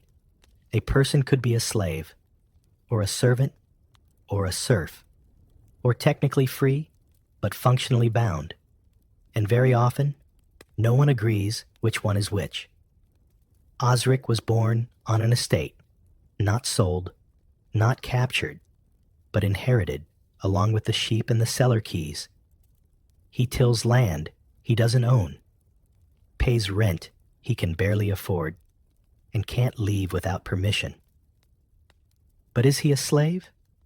Not quite, because slavery in medieval Europe had regional flavors. And not all unfree people were considered chattel, property. Some, like Osric, are villains, legally tied to the land, not the person. He's not owned. He's obligated. He has duties, rents, and restrictions, but also certain protections. His lord can't sell him to someone in another county. He can't be traded for a barrel of wine. He belongs to the estate, not the man. It's a subtle distinction, but in medieval law, it mattered. And in Osric's case, it means his lord may have overstepped. The village reeve reads a complaint aloud. Osric's lord tried to sell his labor to a nearby monastery, arguing that Osric's children and their children should also belong to the monks. Osric objected, quietly, then louder. And now, here you all are, under a thatched roof that leaks slightly at the corner, listening to three men in patched wool debate medieval definitions of personhood. The law is surprisingly specific in many parts of Europe, particularly after the 9th century. You couldn't sell certain classes of unfree people outright. Serfs had customary rights, access to land, legal recourse, even inheritance, within limits. You could fine them, tax them, beat them with restraint, but you couldn't treat them like cattle. Actual slaves, thralls, in Norse culture, had fewer protections. They could be bought, sold, or traded. But even they weren't completely disposable. Certain religious laws forbade separating slave families. Some customs required consent or a ceremony for manumission. And crucially, some regions required that the sale of a human being follow formal procedures, not backroom handshakes. Historians still argue how rigid these classifications really were. Did most people know their exact legal status? Or did they simply exist in a web of obligations and expectations that shifted depending on who was watching? You shift in your seat as Osric's cousin speaks. She claims her own lord once tried to fine her for leaving the village, but backed down when she cited the old charter that granted her grandfather partial freedom. She doesn't have the charter, of course. It was lost in a fire, or a storm, or a dispute involving a goat and some unfortunate stew. But she remembers. And in this world, memory matters almost as much as documents. Eventually, the reeve rules that Osric is not a slave. He is bound, yes, but not owned. His lord cannot sell his labor beyond the estate. He must still pay his dues, still obey his curfew, still get permission to marry, but he cannot be sold. And that, in this quiet, smudged corner of the world, is a victory. You walk home slowly, feet heavy with thought. In some parts of the world, slavery is brutal and absolute. But here, in your village, it's more like a net, tight, tangled, but not total.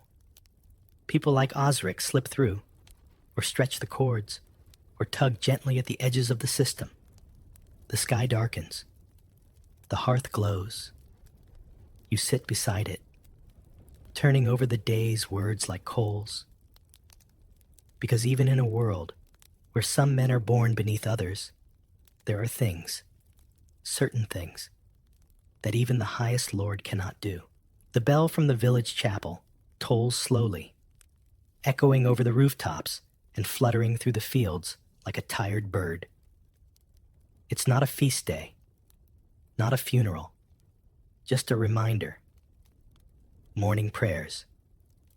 And whether you're a knight, a farmer, or a bound servant tied to someone else's land, the rhythm of the church is the rhythm of your life. And if you're a slave in medieval Europe, the church might be your only shield. You make your way down the slope toward the small stone chapel, its wooden door still swollen from the last rain. You know this place, not for its grandeur, but for its power. Because here, even slaves had something close to a voice. Not a loud one, not always a successful one, but a presence. Because as odd as it may sound, the church in many parts of medieval Europe wasn't just a pillar of power. It was sometimes a barrier, however fragile, between the enslaved and total exploitation. You find a spot on a worn bench near the back and listen to the priest recite familiar Latin phrases. The flickering candles throw dancing shadows on the stone walls. In this quiet, it's easier to remember. By the 9th or 10th century, canon law, the church's own legal system, had started laying out some surprisingly progressive ideas about what could not be done to enslaved people. Could you own a person? Technically, yes, but could you kill them without consequences? No, at least not without risking the wrath of both earthly judges and heavenly ones. The church saw all people, slave or free, as souls, and souls were under divine protection. If a master murdered his slave, he could be excommunicated, denied communion, buried outside the cemetery walls. In some places, he could even be tried in an ecclesiastical court and ordered to pay penance, make offerings, or free other slaves as restitution. And what about mistreatment? Well, that got murkier. You couldn't deny a slave the sacraments, baptism, marriage, burial. Once baptized, a slave was officially part of the Christian community. That didn't mean freedom, but it did mean their life had religious value. Their suffering, in theory, mattered to the church. You look up at the simple stained glass window, red, green, and blue panes forming the outline of St. Martin dividing his cloak. Fitting, a saint known for mercy, now watching over a world where mercy is rationed like winter grain. In some regions, slaves were required to have Sundays off, not out of kindness, but because the Sabbath was sacred. A master who forced a baptized slave to work on Sunday might be fined, or scolded in the pulpit, which, let's be honest, was sometimes worse. Public shame traveled fast in villages, where everyone shared one communal stew pot and knew who stole whose turnips. Historians still debate how effective these rules were. Did they really protect people? Or just soothe the conscience of a church that didn't quite want to condemn slavery outright? Some say the laws were symbolic, rarely enforced. Others argue they laid the groundwork for gradual social change, seeds of reform planted long before anyone called them that. What's clear is this: even the most powerful lord had to at least pretend to respect church authority. If a slave fled to a church and clung to the altar, they might be granted temporary sanctuary. Not always, but often enough that it became custom. Some monasteries even encouraged manumission, the freeing of slaves, as a pious act. Wealthy landowners might free a handful of slaves in their wills, hoping to balance their cosmic books before Judgment Day. A rich man might spend a life commanding others, but in death, he'd want clean hands. You step out of the chapel as the service ends, eyes adjusting to the soft gray sky. The people around you shuffle toward their work, their families, their obligations. Among them are slaves, servants, and freedmen, all carrying burdens, all carrying souls. And in this tangled, uneven world, the church may not have erased bondage, but it couldn't ignore it. It shaped it, caged it a little, gave it rules. And even the smallest rule, one day of rest, one warning against cruelty, was a crack in the armor of total control. Because when the altar speaks, even the master must sometimes listen. The path to the manor winds uphill, flanked by low stone walls and half-wild hedgerows. You're not heading there as a guest. Not exactly. You're there to observe. Word has spread. A slave has died. And not of illness or age. He was beaten. And the master's temper, which flared hot and often, went too far. Everyone's murmuring, quietly, carefully. Because here's the strange, naughty truth. Even in a world where owning people is legal, killing them often isn't. You join a small crowd near the outer hall, where the reeve and two local freemen are waiting. The Lord is there too, pale and stiff. He isn't worried about the dead man, at least not openly. He's worried about the bishop's clerk, who's just arrived from the next parish over, boots dusty and brows drawn tight. In early medieval Europe, masters had the power of ownership, but that power had limits, especially when it came to life and death. And this case is testing them. You watch as the clerk questions the servants. Was the man baptized? Yes. Had he been beaten before? Yes. Were there witnesses? Yes. But not the kind eager to speak up. The clerk writes in slow strokes, quill scratching like a whisper. It's easy to forget. In a world full of feudal obligations and rigid hierarchies, that there were still laws. And while enforcement was uneven, harsh on the poor, soft on the powerful, certain lines were drawn. If only in faint chalk, killing a slave wasn't just a personal loss. It was a public disruption. Someone's property, yes, but also someone's soul.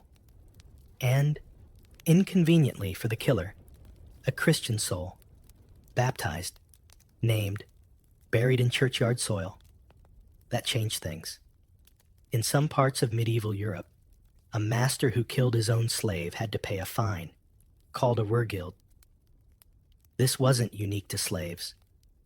Wergild applied to all deaths, like a menu of human value. A freeman's wergild might be high, a noble's astronomical. A slave's lower, but not zero.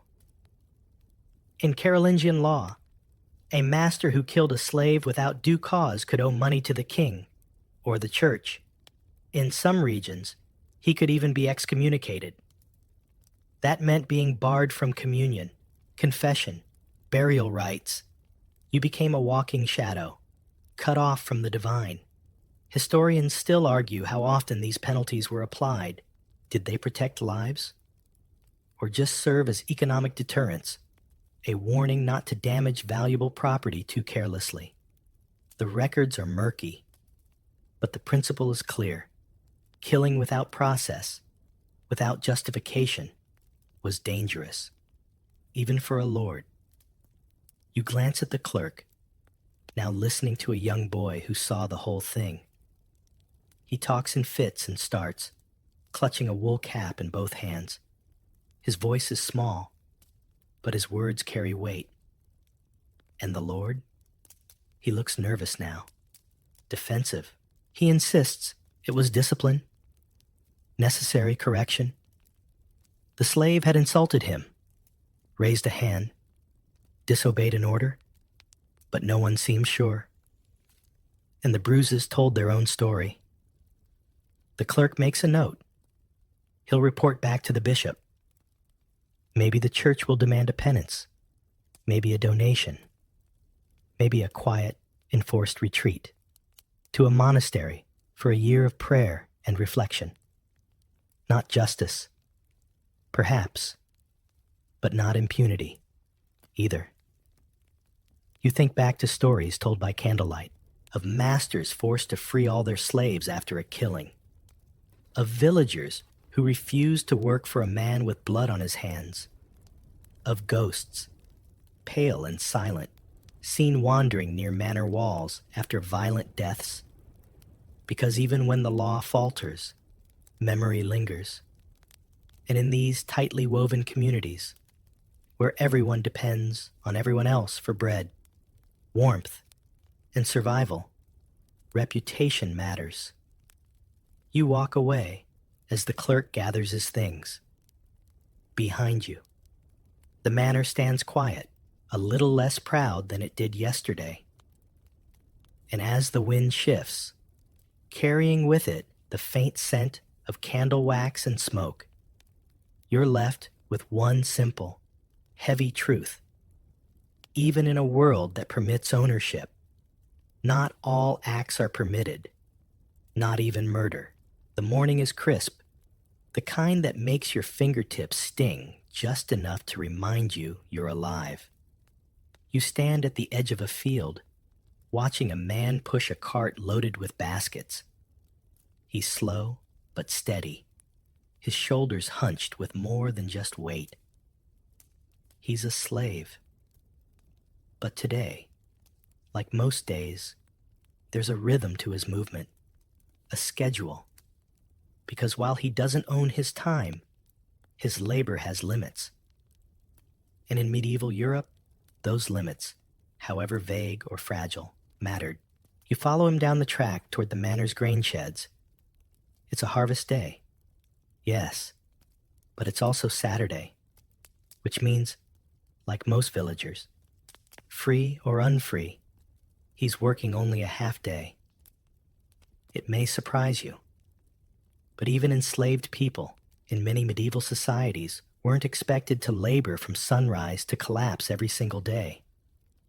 There were customs, boundaries, certain rhythms no master could easily ignore without facing unrest, resentment, or, occasionally, legal trouble. For instance, Sundays. Canon law forbade most forms of labor on the Sabbath. You couldn't plow, thresh, or even fetch firewood without risking a priestly scolding, or worse. That protection extended to everyone: lords, tenants, and yes, slaves. So, when the bells rang on Sunday morning, even the unfree found stillness. Feast days, too. There were dozens. Saint days, local holy days, weddings, harvest festivals. All of these carved out little slices of rest in a world that otherwise demanded a body's full effort. A slave might still be summoned for small tasks, but not full field work, not publicly, not without notice. And then there were the seasonal lulls: winter, when fields slept beneath frost, or midsummer, after sowing, but before harvest, when the land took a breath, and so did its people. You pass by a group of men mending a fence. One grumbles that he's owed an extra loaf of bread for helping beyond his regular hours. He's half joking, but only half, because even among the enslaved, there were expectations. You gave your labor, but not without boundaries. Historians still debate how strict these labor limits were. Did they apply universally, or only to certain regions, estates, or faith-bound communities? The answer, like most things medieval, is it depends. In some places, charters outline specific workdays, 3 days a week, or 6 days a year for plowing, or harvest help in exchange for tools. Lords push the line often, but rarely without pushback. And here's the quiet reality. If a master demanded too much, things broke, a servant got sick, A tool mysteriously disappeared. An ox wandered off. A field didn't get sowed on time. Resistance wasn't loud, but it was steady. And lords learned, over time, that predictable labor was better labor. You watch the man with the cart finally reach the shed. He pauses, wipes his forehead, and shares a crust of bread with a boy who's been trailing behind him. They talk quietly, something about the sky, or the clouds, or the geese. Then he turns and walks slowly toward the edge of the manor lands, toward a narrow strip of soil that's his, or, more accurately, the one he's allowed to tend for his family. Because even slaves, in some places, had garden plots, small, hard-earned, a few rows of leeks or beans, maybe a goat. These weren't gifts. They were concessions, quiet acknowledgments that people need rest, space, dignity, however slim. You turn back toward your own path, passing a stable boy asleep in a pile of hay, his boots still muddy from the morning shift. No one bothers to wake him, because sometimes, even in a world bound by chains and custom, not working is part of survival. And though the system was cruel, its survival often hinged on giving its workers, enslaved or not, just enough breath between burdens. Not kindness, but space. And sometimes, that's the start of change. It's a market day, and the village square is alive. Chickens are arguing in baskets. Someone selling turnips with suspicious confidence, and 3 minstrels are competing to see who can sing the worst ballad the loudest. But among the noise, you hear something softer, laughter. A small child is chasing another around the legs of a woman stacking wool. They tumble. They squeal. The woman doesn't scold. She smiles. They're a family. And here's the twist. She's a slave. But she's also a mother, a wife, a person with attachments that, legally or not, mean something. Because in the Middle Ages, even the unfree could love, marry, and raise children. And surprisingly, there were rules about that. You step aside to avoid a cart full of cheese and find yourself beside a young man cradling an infant. The child reaches for your cloak, curious. You smile and move on, thinking, not about freedom, but about family. Because even in a world that allowed slavery, not everything was under a master's control. Marriage, for example. In many parts of medieval Europe, enslaved people could marry with permission. It was often required that both partners belonged to the same estate or the same master for practical reasons. After all, owners didn't want to manage divided households or pay to transport spouses between distant lands. But once married, that union held weight, not always legally binding, but socially, spiritually, and even economically respected. The church stepped in again here. Marriage was a sacrament. If a slave was baptized, married in the church, and living faithfully with their spouse, even the most iron-fisted master couldn't separate them without raising eyebrows. Or worse, getting called out from the pulpit. Of course, it happened. Slaves were sold. Families were split, but not always. And in some cases, laws stepped in. In Visigothic Spain, for instance, the law explicitly forbade separating slave families without cause. In early medieval France, lords could be fined for selling a man's wife or child separately. In England, Some serfs could appeal to keep their family intact, or even negotiate with a lord to keep children on the same estate. Historians still argue whether these protections were honored. Some say they were symbolic, offering false comfort. Others point to case records where communities defended family units, where monks intervened, or where lords quietly backed down. You pass a shrine where a few women, free and unfree, light candles side by side. You think of the stories whispered by firesides, of lovers who ran away together, of wives who worked extra hours to buy their husband's manumission, of children raised on a patch of land the size of a doorway, fed with hope and stolen apples. Family was resilience. It gave enslaved people roots, meaning reasons to endure. Masters knew this. Some used it as leverage. Others respected it, grudgingly, practically, or even tenderly. And for the enslaved, family was one thing that belonged to them, even when ownership touched everything else. You head back through the market as the sun begins to dip. That child from earlier is napping now, curled against his mother's side. She's bartering for onions, holding him with one arm, haggling with the other. Someone nearby hums a lullaby. It's off-key, but it makes you pause, because even in a system that claimed bodies, hearts still made their own quiet contracts, and sometimes even slavery had to step aside for love. The sky this morning is that uncertain gray that says something's coming, though it doesn't specify what.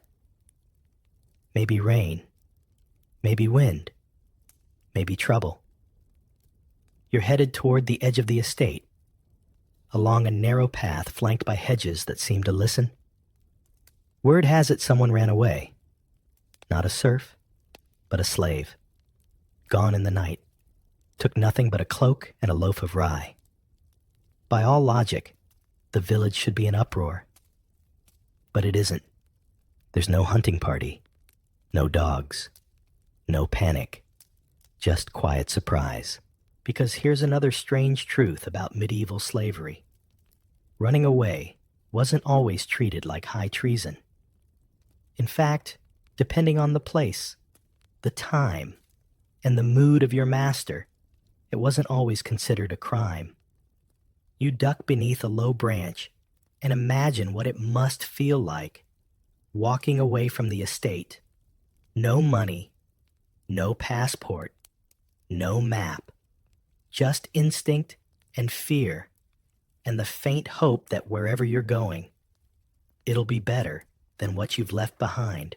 In some parts of Europe, fleeing slavery meant a life in hiding. In others, it meant you had a chance. A small one, but still a chance. Take medieval England. There. If an escaped slave or a fugitive serf managed to live in a chartered town or city for a full year and a day without being claimed, they could be declared legally free. Urban freedom by attrition. It sounds romantic, doesn't it? Like a quiet loophole carved into the stone of the law. You reach the edge of the woods and see a small shrine, nestled among ivy. Someone's left bread there. A sign? A blessing? Or just an offering for the person who fled? Historians still debate how often these escapes were successful. Some lords turned a blind eye, especially if the slave wasn't particularly valuable or troublesome. Others saw it as a direct challenge and reacted harshly, but not always with violence. Sometimes they negotiated, promised lighter duties, gave extra food. The logic was simple. Chasing a runaway cost time and coin. Retaining labor was easier than replacing it. And here's the twist. Some escapes were temporary. A slave might vanish during planting season, hide out in the woods or a cousin's barn, and return after the pressure passed. Not as rebellion, exactly, but as survival. A form of protest the body could still manage when the voice could not. You pass a shepherd who nods silently as his dogs circle the flock. He points toward the hills and mutters, "If she makes it to the abbey, they won't return her." And he's right. Sanctuary, the church again, monasteries, nunneries, and even parish churches sometimes offered refuge, especially to the baptized. A runaway slave who reached sacred ground might be granted temporary shelter. A bishop could intervene. A priest might argue that repentance earned mercy, and if the Lord demanded their return, well, the church didn't always say yes. The woman who fled last night, yes, it was a woman, was said to have been threatened with sail, south, toward the coast, away from her children, away from everything she knew. She didn't scream. She didn't protest. She just left. You stare at the horizon, half hoping to see her silhouette walking free along the ridgeline, cloak flapping like wings, because in this uneven, brutal world, escape wasn't always punished. Sometimes it was simply possible. And in the Middle Ages, that was more than enough to try. The bells are ringing again. This time, not from the village chapel, but from the abbey just over the hill. You follow the sound through the fields, past the hedgerows, until the stone walls of the monastery come into view. It's a place of silence, mostly. But today, there's a quiet hum of activity. A baptism is about to begin. You settle among a group of villagers gathered under the cloister's eaves, watching as a small child is brought forward, wrapped in a plain linen cloth. A priest murmurs the prayers. The font glistens in the soft light. The water touches the child's brow. And just like that, they are a Christian. You glance across the courtyard and see the child's mother, a woman in rough wool, hands folded, eyes fixed on the scene. She's not a guest. She's not free. She's a slave. And yet, here she is, watching her child receive a ritual that, in theory, levels all souls. Because in the logic of the church, baptism changed everything. And for slave owners, that was a problem. You see, medieval Christianity taught that baptism erased sin. It brought the soul into the church. It made one, spiritually at least, equal in the eyes of God. And that meant certain things could not be done to a baptized person, not without consequence. You walk slowly through the cloister, listening to the echoes of soft chanting and feet on stone. In some regions, baptism gave enslaved people limited protections from abuse. A baptized slave could not be sold to a non-Christian. They could not be used for certain kinds of labor on holy days. They could not be denied the sacraments if they died unburied or without confession. It reflected poorly not only on the master, but on the entire estate. And here's the tricky bit. Conversion sometimes planted a seed of doubt. If all Christians are one body, part of the same holy community, how could you own part of the body of Christ? That question made masters nervous. Some discouraged baptizing slaves altogether, fearing it would make them harder to control. Others embraced it as a symbol of good governance, or because they truly believed it was their duty. But once done, it changed the game. You pass a carved relief near the chapel entrance, St. Peter freeing a prisoner from chains. The imagery is obvious. The priest who baptized the child earlier pauses beside you, notices your gaze, and murmurs, "We are all born to be free, just not in this world." You're not sure if he's quoting scripture or just hedging his bets. Historians still argue about the real impact of baptism. Did it make life better for enslaved people? Did it lead to freedom more often? Or was it mostly symbolic, a spiritual balm over a worldly wound?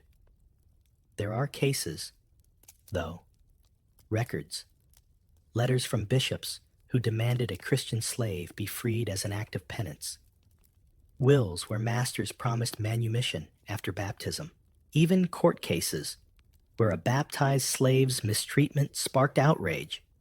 In Eastern Orthodox regions, entire categories of household slaves were expected to be baptized and treated as members of the household faith. In the Latin West, some cathedrals kept lists, libri baptismorum, with the names of the enslaved. To be recorded was to be recognized. You watch the mother approach the font now, kneel, and touch the water that still lingers there. Her fingers trace a small cross on her child's forehead. Her lips move, not loudly, not for anyone else to hear. Maybe it's a prayer. Maybe it's a promise. You turn to leave, the scent of beeswax and incense trailing behind you. Outside, the air is cooler, cleaner. The fields stretch out, full of labor yet to come. And somewhere within those fields, enslaved people move through their days, still bound, still owned, but baptized, which means their souls belong to no master, not anymore. The midday sun is hot enough to turn the dust into a slow, floating haze. You're resting near the edge of a grain field, watching a row of laborers stoop and rise. Stoop and rise. Some are free, some are bonded, and one man, broad-shouldered, silent, is known to be a slave. You've seen him before. Works hard, rarely speaks. But today something's different. He's limping. A dark welt shows through a rip in his tunic, and everyone pretends not to notice. Except you do, because you've been paying attention, and you know something others might forget. Not all punishments were allowed. Even a slave had limits on what their master could do. You rise and walk slowly toward the shade of an oak, passing a small shed where tools hang in a crooked row. A whip rests against the doorframe, old leather, cracked, maybe ceremonial, maybe not. In the medieval world, punishment was expected. Lords disciplined their household, including slaves, the same way they governed their land, with rules, routines, and sometimes force. But there were boundaries, unwritten in some places, carved in parchment in others. Mild beatings, tolerated. Shame-based punishments, common. But maiming, cutting off ears, branding with hot irons, crushing fingers, was often seen as going too far. Not because of kindness, but because of value. A crippled slave was less useful, less profitable. And so the system protected itself by protecting the body, at least in part. In Carolingian law, for example, a master who mutilated a slave without cause could be fined. In Byzantine codes, harming a slave in certain ways required compensation or confession. The church frowned upon unnecessary cruelty. Priests preached mercy. Bishops warned that brutality endangered souls, both slave and master. You sit beneath the oak, the breeze light and irregular. Across the field, the man with the limp rests against his hoe. His face is unreadable. but his silence speaks. You think of other stories, of masters punished for using red-hot irons, of clerics who intervened when a slave's hands were broken in anger, of towns where slaveholders faced public penance for disfiguring a child servant. Historians still argue how consistent this enforcement was. Did lords really fear consequences? Or did they simply fear scandal? Perhaps both. The reality is likely muddy, like the rest of medieval law. But one thing is clear.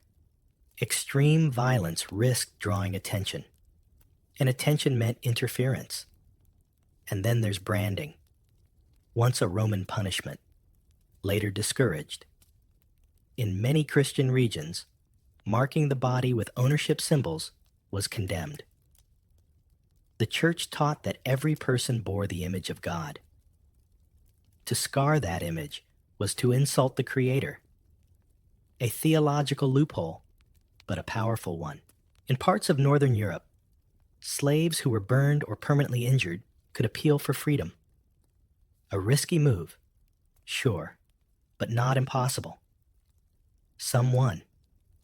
Some were manumitted to avoid further scandal. Some simply disappeared. You glance at your hands, imagining the marks others might bear, some hidden beneath sleeves, others hidden beneath silence.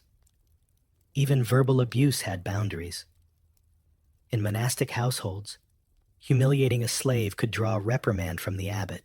In royal courts, slapping a slave without cause was frowned upon, especially in public, because in a deeply hierarchical society, face mattered, dignity mattered, even borrowed dignity, lent by proximity to power. Back in the field, work resumes. The man with the limp returns to his row, shoulders forward, no complaint, no protest. But someone, another laborer, quietly hands him a strip of linen, a bandage, maybe, or just a gesture. And that's the thing. In a system built on ownership, there were still lines, thin, often invisible, but real. Some masters crossed them, others tiptoed close, but the lines existed. And sometimes, when a hand lifted a whip too high, the law, or the church, or the village lifted a finger in return. Not always, but sometimes. You've come to the outskirts of the nearest town today. Wide cobbled streets, the smell of barley ale and roasting onions, and the unmistakable buzz of a market in full swing. But this isn't just any market. This one sells more than goods. It sells people. You don't see chains, not openly. But here and there, the signs are unmistakable. A boy standing quietly beside a merchant's wagon, eyes down. A girl in clean linen offered as part of a household lot. A man, older, hands bound lightly with rope, as if more for display than security. It's uncomfortable, and all too real. Medieval Europe, for all its piety and pageantry, had slave markets, though not everywhere, and not always by that name. But here's the question lingering in your mind as you pass the stalls. Were there rules? Could a person be bought or sold however the seller liked? The answer, surprisingly, is no, even here, even now. There were boundaries, rules that told slaveholders what they couldn't do in the buying and selling of human lives. You pause near a stall where a man is arguing with a clerk. He's brought someone to sell, but there's a dispute. No paperwork, no witnesses. The sale is halted. Because yes, even this transaction needs proof. In many parts of medieval Europe, slave sales were governed by contract law. There had to be a written record, witnesses, an oath. Sometimes, the buyer had to guarantee that the person was not already baptized, or if they were, that the sale didn't violate church restrictions.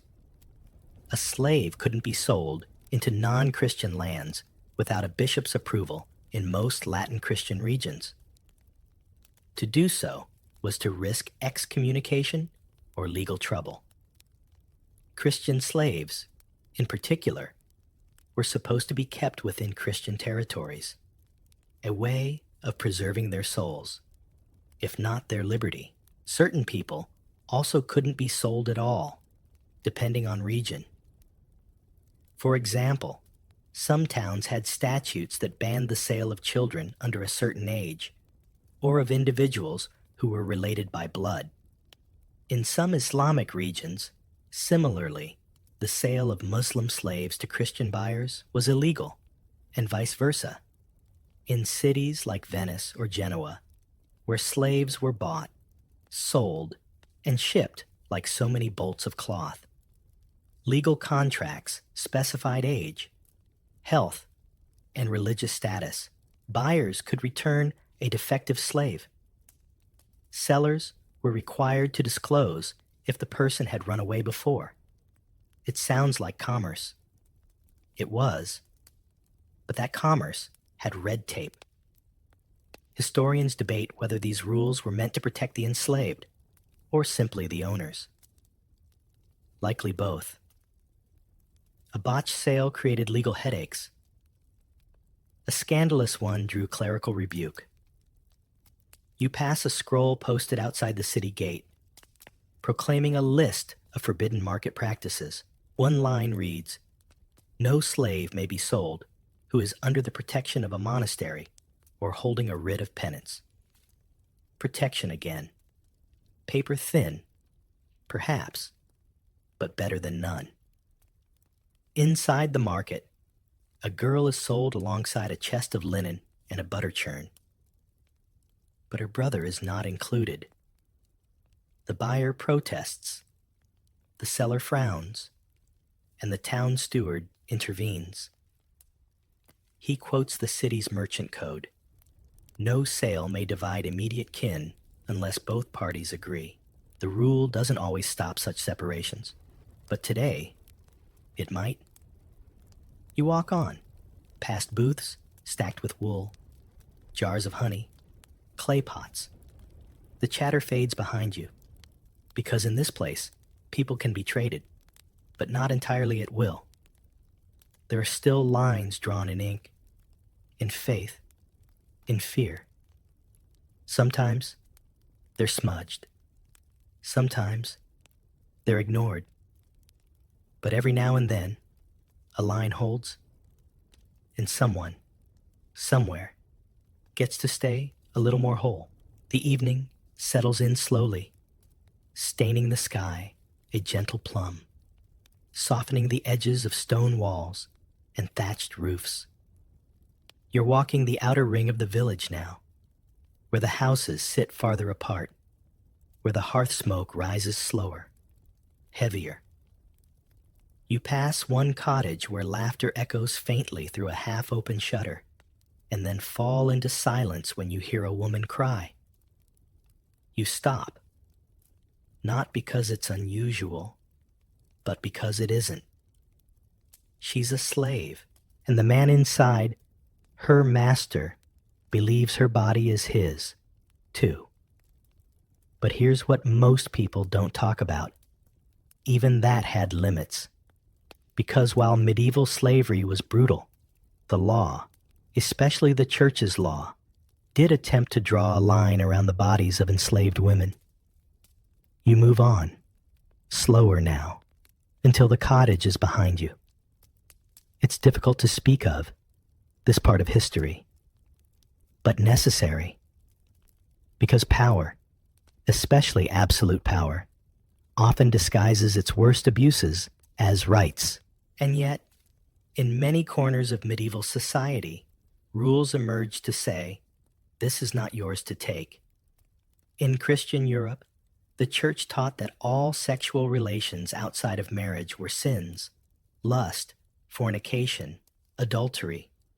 That included with slaves. A lord who forced himself on an enslaved woman could, in theory, be excommunicated. If she became pregnant, he might be expected to acknowledge the child. In rare but real cases, those children were freed, educated, or even brought into the household, not as slaves, but as kin. Of course, this system wasn't built to protect her. It was built to preserve the soul of the man. But by doing so, it occasionally offered her shelter, however flawed. In parts of Italy and Spain, canon law courts took up cases of sexual abuse, often initiated by the church rather than the victim. Monasteries intervened. In some regions, bishops ordered reparations or required forced marriages between owners and enslaved women to correct the sin. You step onto a narrow bridge and lean over, watching the stream below ripple like whispered words.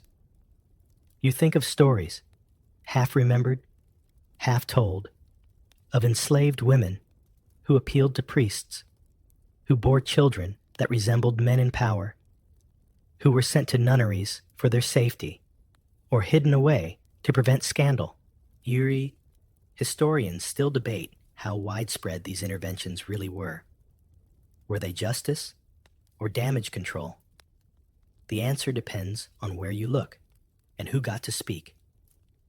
In the Islamic world, similar rules applied. A Muslim master could not touch a Christian or Jewish slave woman unless she converted first.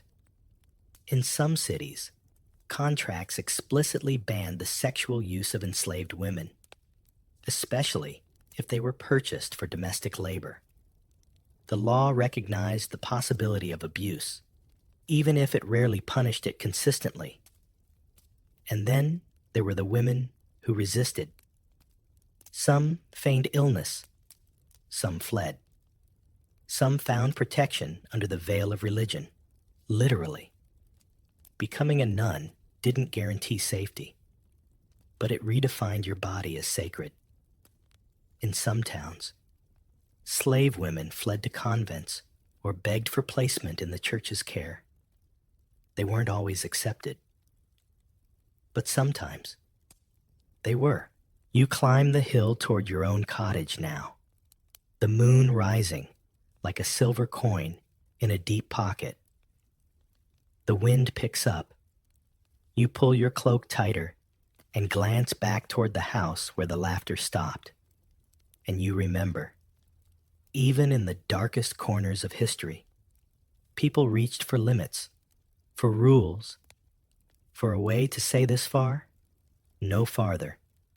It didn't always work, but the lines existed. Sometimes they were written in law. Other times, whispered in prayers. The wind tonight is sharp, curling under your collar and flicking at your ears like a mischievous spirit. You're walking along the edge of the manor's garden walls, the fields dark behind you, and up ahead, you see the small chapel, candles flickering through its narrow windows. But you're not heading inside. Not yet. You're thinking about freedom. Not dreams. Not fantasies. But real, legal manumission. The act of freeing a slave. Because despite the weight of the system, despite everything you've seen, there were people in the Middle Ages who found a way out. And just as important, there were rules about how and when owners could say goodbye. You find a low stone bench near the chapel and sit. The night is quiet. The moon is full. You remember the stories of old men freed on their deathbeds, of loyal servants granted liberty for faithful years, of children born into bondage but released before adulthood. And beneath every story is a pattern, a limit on how long someone could be held. In many medieval societies, manumission wasn't rare. It was expected, respected, even. Some lords freed slaves as a religious offering, an act of piety meant to clean the conscience. Others did it in their wills, as part of a final reckoning. I, Henry of Thornbridge, do free Elric the thrall. Words written on parchment, stamped with a seal, handed to witnesses. In some places, a slave could earn manumission by labor, working a set number of years, purchasing their freedom in installments, offering a child in exchange, a tragic bargain, but a real one, or simply surviving long enough to see a master's favor shift. There were ceremonies, too. A man might be freed in the sight of the church, with a priest present, prayers read, a hand laid on the head like a blessing. Some wore a new garment to mark the moment, a cloak, a tunic, a hood, something that said, I am no longer yours. Historians note that Roman traditions of manumission influenced medieval ones. A freedman might owe continued service or partial rent. They weren't always truly free, more like semi-free. But the legal difference mattered. It gave them standing, rights, a voice, however soft. In cities, guilds sometimes accepted freed slaves. Not all. And not quickly, but it happened.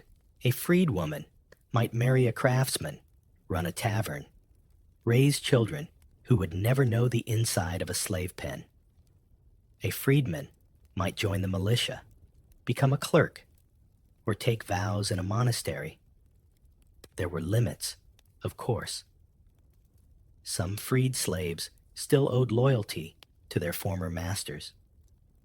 Some had to leave the region, and not all manumissions were respected, especially if the freed person rose too high, too fast.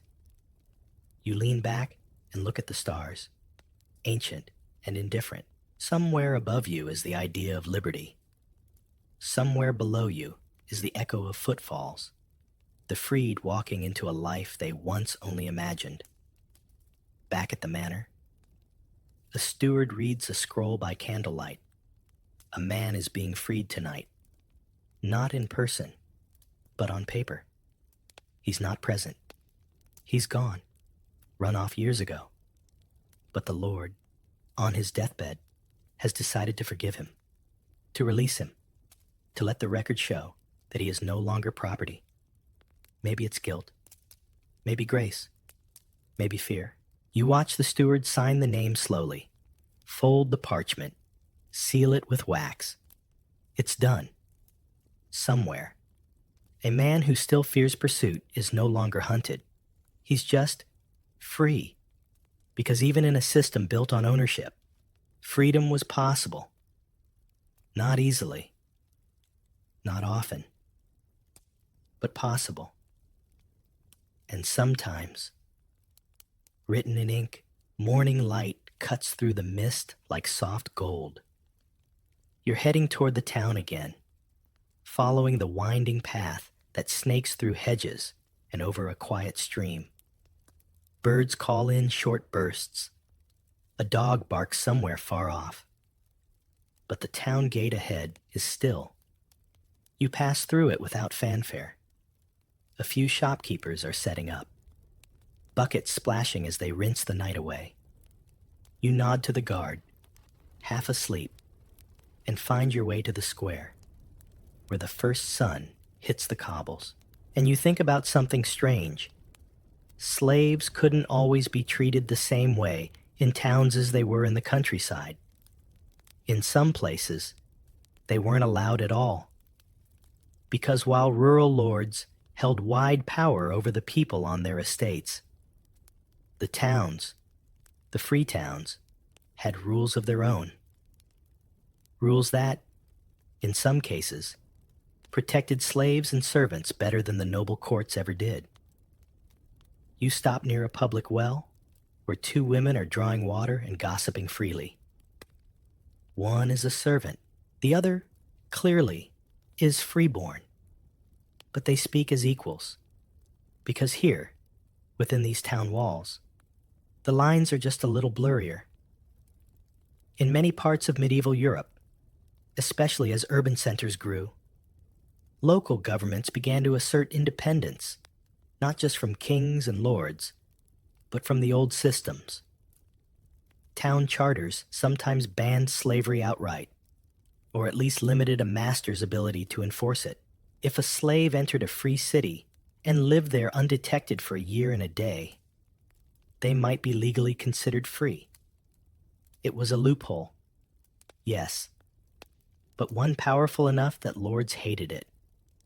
Some posted signs, others hired bailiffs to recover runaways. But if a town backed the refugee, too bad. You think of Lübeck, or Ghent, or York, towns with guilds, with merchant councils, with mayors who didn't answer to barons. Towns where slaves found work, allies, anonymity, where they paid tax, pledged loyalty, and earned, over time, a new name. Historians still debate how intentional these protections were. Were the towns truly anti-slavery, or just anti-lord? Probably both. Cities relied on trade, labor, order. They didn't want feudal disputes cluttering their streets. A runaway slave wasn't property. They were a potential taxpayer. And so, town laws grew teeth. A master couldn't just barge into a merchant guild hall and drag someone out.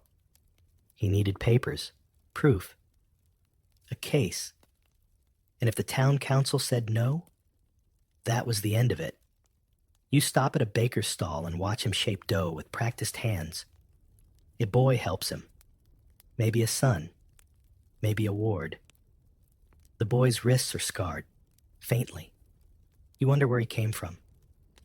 You wonder if he, too, passed that quiet test. 1 year, 1 day. Some cities posted it openly. Freedom to any man who labors here for a year and a day unclaimed. It became legend, a beacon, a promise carved into stone and memory. And towns were good at memory. They recorded everything: trades, marriages, disputes, debts. If a former slave wanted to join a guild, it was hard, but not impossible. Some became apprentices, some opened shops. A few, over generations, became wealthy enough to forget their origins entirely. You pass a scribe's shop. In the window, a charter, wax sealed. Inside, it says something simple. This city belongs to its people. That didn't mean all people, of course, but it meant more than it did outside those gates. Because inside city walls, lords held less sway, and for the enslaved, that meant a chance. Not a guarantee, but a chance. To stay, to work, to vanish. Or, better yet, to be seen. You're back in the village now, seated near the hall where disputes are heard. Minor ones, mostly. Fences, chickens, whose pig dug up whose carrot patch. But today, something unusual is on the docket. A man in rough clothes, hands calloused, stands before the reeve. He's not a noble. He's not free. He's a slave, and he's here to sue his master. You lean forward, quietly stunned. Because this isn't just rare. It's something many people believed couldn't happen. But it could, because even in the rigid social hierarchy of medieval Europe, even with ownership stamped onto bodies and names, there were some moments when a slave could speak, could appeal, could demand justice. The reeve listens as the man speaks, his voice steady, his tone careful. His master, he says, beat him without cause, denied him food for days, kept back wages owed for extra work during harvest. And this village, like some others, has a custom. If a slave serves faithfully for long enough, they are owed certain rights. One of them is the right to be heard. In parts of Europe, especially as feudalism matured, enslaved or bound individuals were sometimes allowed to bring complaints, not as equals in the court, but as petitioners. Their word mattered less than a freeman's, but it mattered. You watch the reeve question the master, who stands with arms folded and a face made of stone. He denies nothing, claims the punishments were deserved, that the man was insolent, that the hunger was corrective. But now, he has to answer in front of others, in front of peers. And this is where the lines begin to shift. In Anglo-Saxon law, a slave could sometimes appeal directly to a king's reeve or local lord. In Frankish territories, certain slave categories, especially those tied to royal or ecclesiastical lands, had protections that allowed for grievance hearings. In some church holdings, abuse of an enslaved person could trigger an investigation by the bishop's agents. Historians still argue over how effective this was. Were judgments ever made in favor of the enslaved? Records suggest that, yes. Sometimes, fines were issued, promises were made. In rare cases, the slave was granted manumission as recompense. You glance around the room. Most faces are skeptical. A few sympathetic, one or two openly scornful. But no one laughs, because whether they like it or not, they all know this man is within his rights.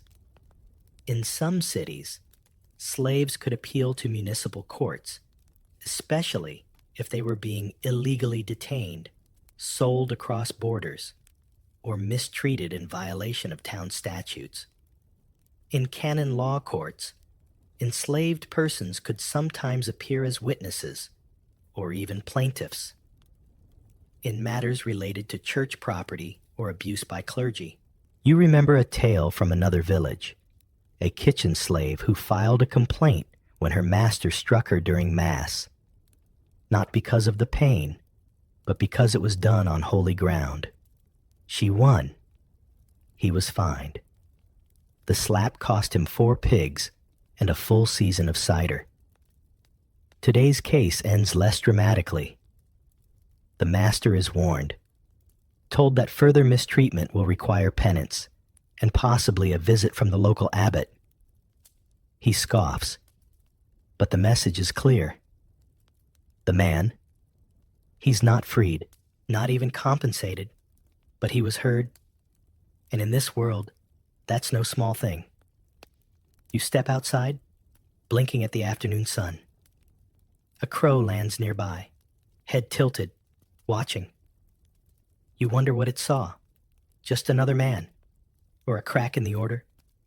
Because even systems built on silence sometimes make room for a voice. And even a slave, once in a while, can speak with the law behind them.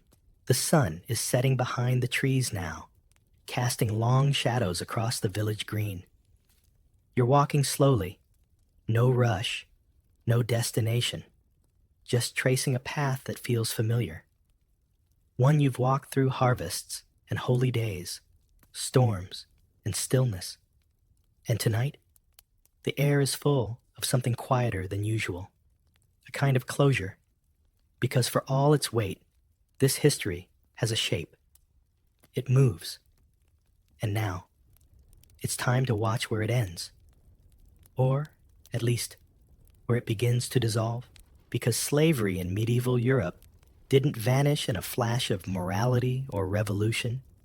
It faded, slipped, shrunk into something that, while still unjust, became harder to maintain.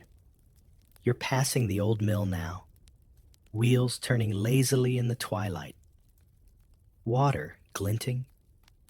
In the distance, smoke drifts from chimneys.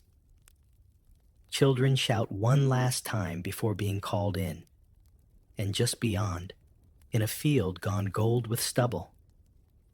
Someone whistles a tune older than memory. Slavery's end wasn't a grand decree. It was a shift, legal, religious, economic. And it started, strangely enough, with the very rules that once bound it. You see, the more laws that tried to regulate slavery, what owners couldn't do, who they couldn't sell, what punishments crossed the line, the more those laws chipped away at the practice itself. What began as ownership became management. What began as total power became shared control between lords, priests, councils, customs, and eventually, people started asking, if I can't kill, sell, maim, or separate at will, do I really own them at all? You remember the church's role, slow but relentless, encouraging manumission, praising the freeing of Christian souls, baptism after baptism, turning property into parishioners.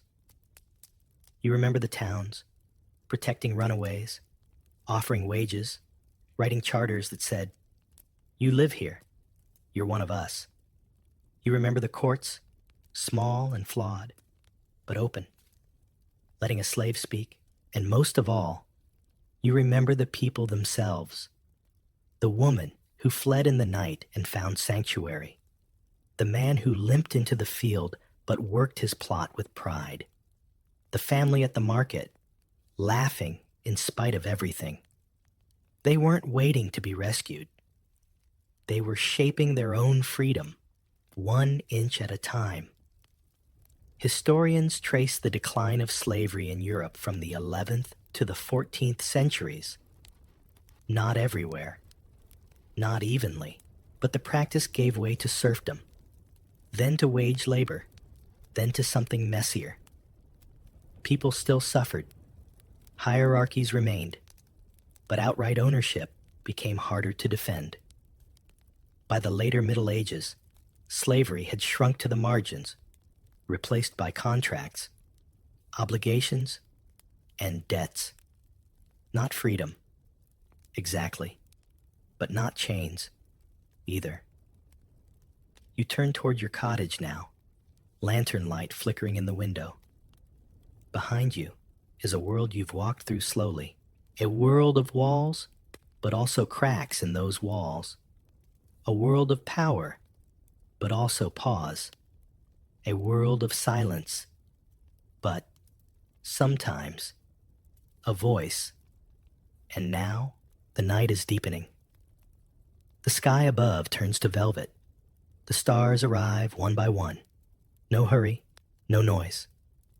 The wind slows, brushing gently over rooftops, through grass, across the backs of sleeping oxen. You're inside now, seated near the hearth. The flames are low. Your hands are still. Your breath moves in a soft rhythm, like the rise and fall of furrows in a resting field. Everything feels quieter here, not just the room, but the history, as though it's tucked itself into bed alongside you. Stories folded neatly beneath your pillow. Let your thoughts slow now. Let the sharpness soften. The echoes of past voices, faint but kind, trail off like footsteps down a long hall. You've walked through centuries tonight, through fields and chapels, through kitchens and courts, through boundaries that hurt and boundaries that held. Let that journey settle. Let the old world lie still. And as you close your eyes, remember, even in the darkest systems, there were cracks where light slipped in, rules that bent toward mercy, people who reached toward dignity. You don't need to hold it all now. Just breathe. Let the past become weightless. Let the night wrap around you. Let sleep find you, quietly, kindly. You're safe. You're still. And you've heard enough for today.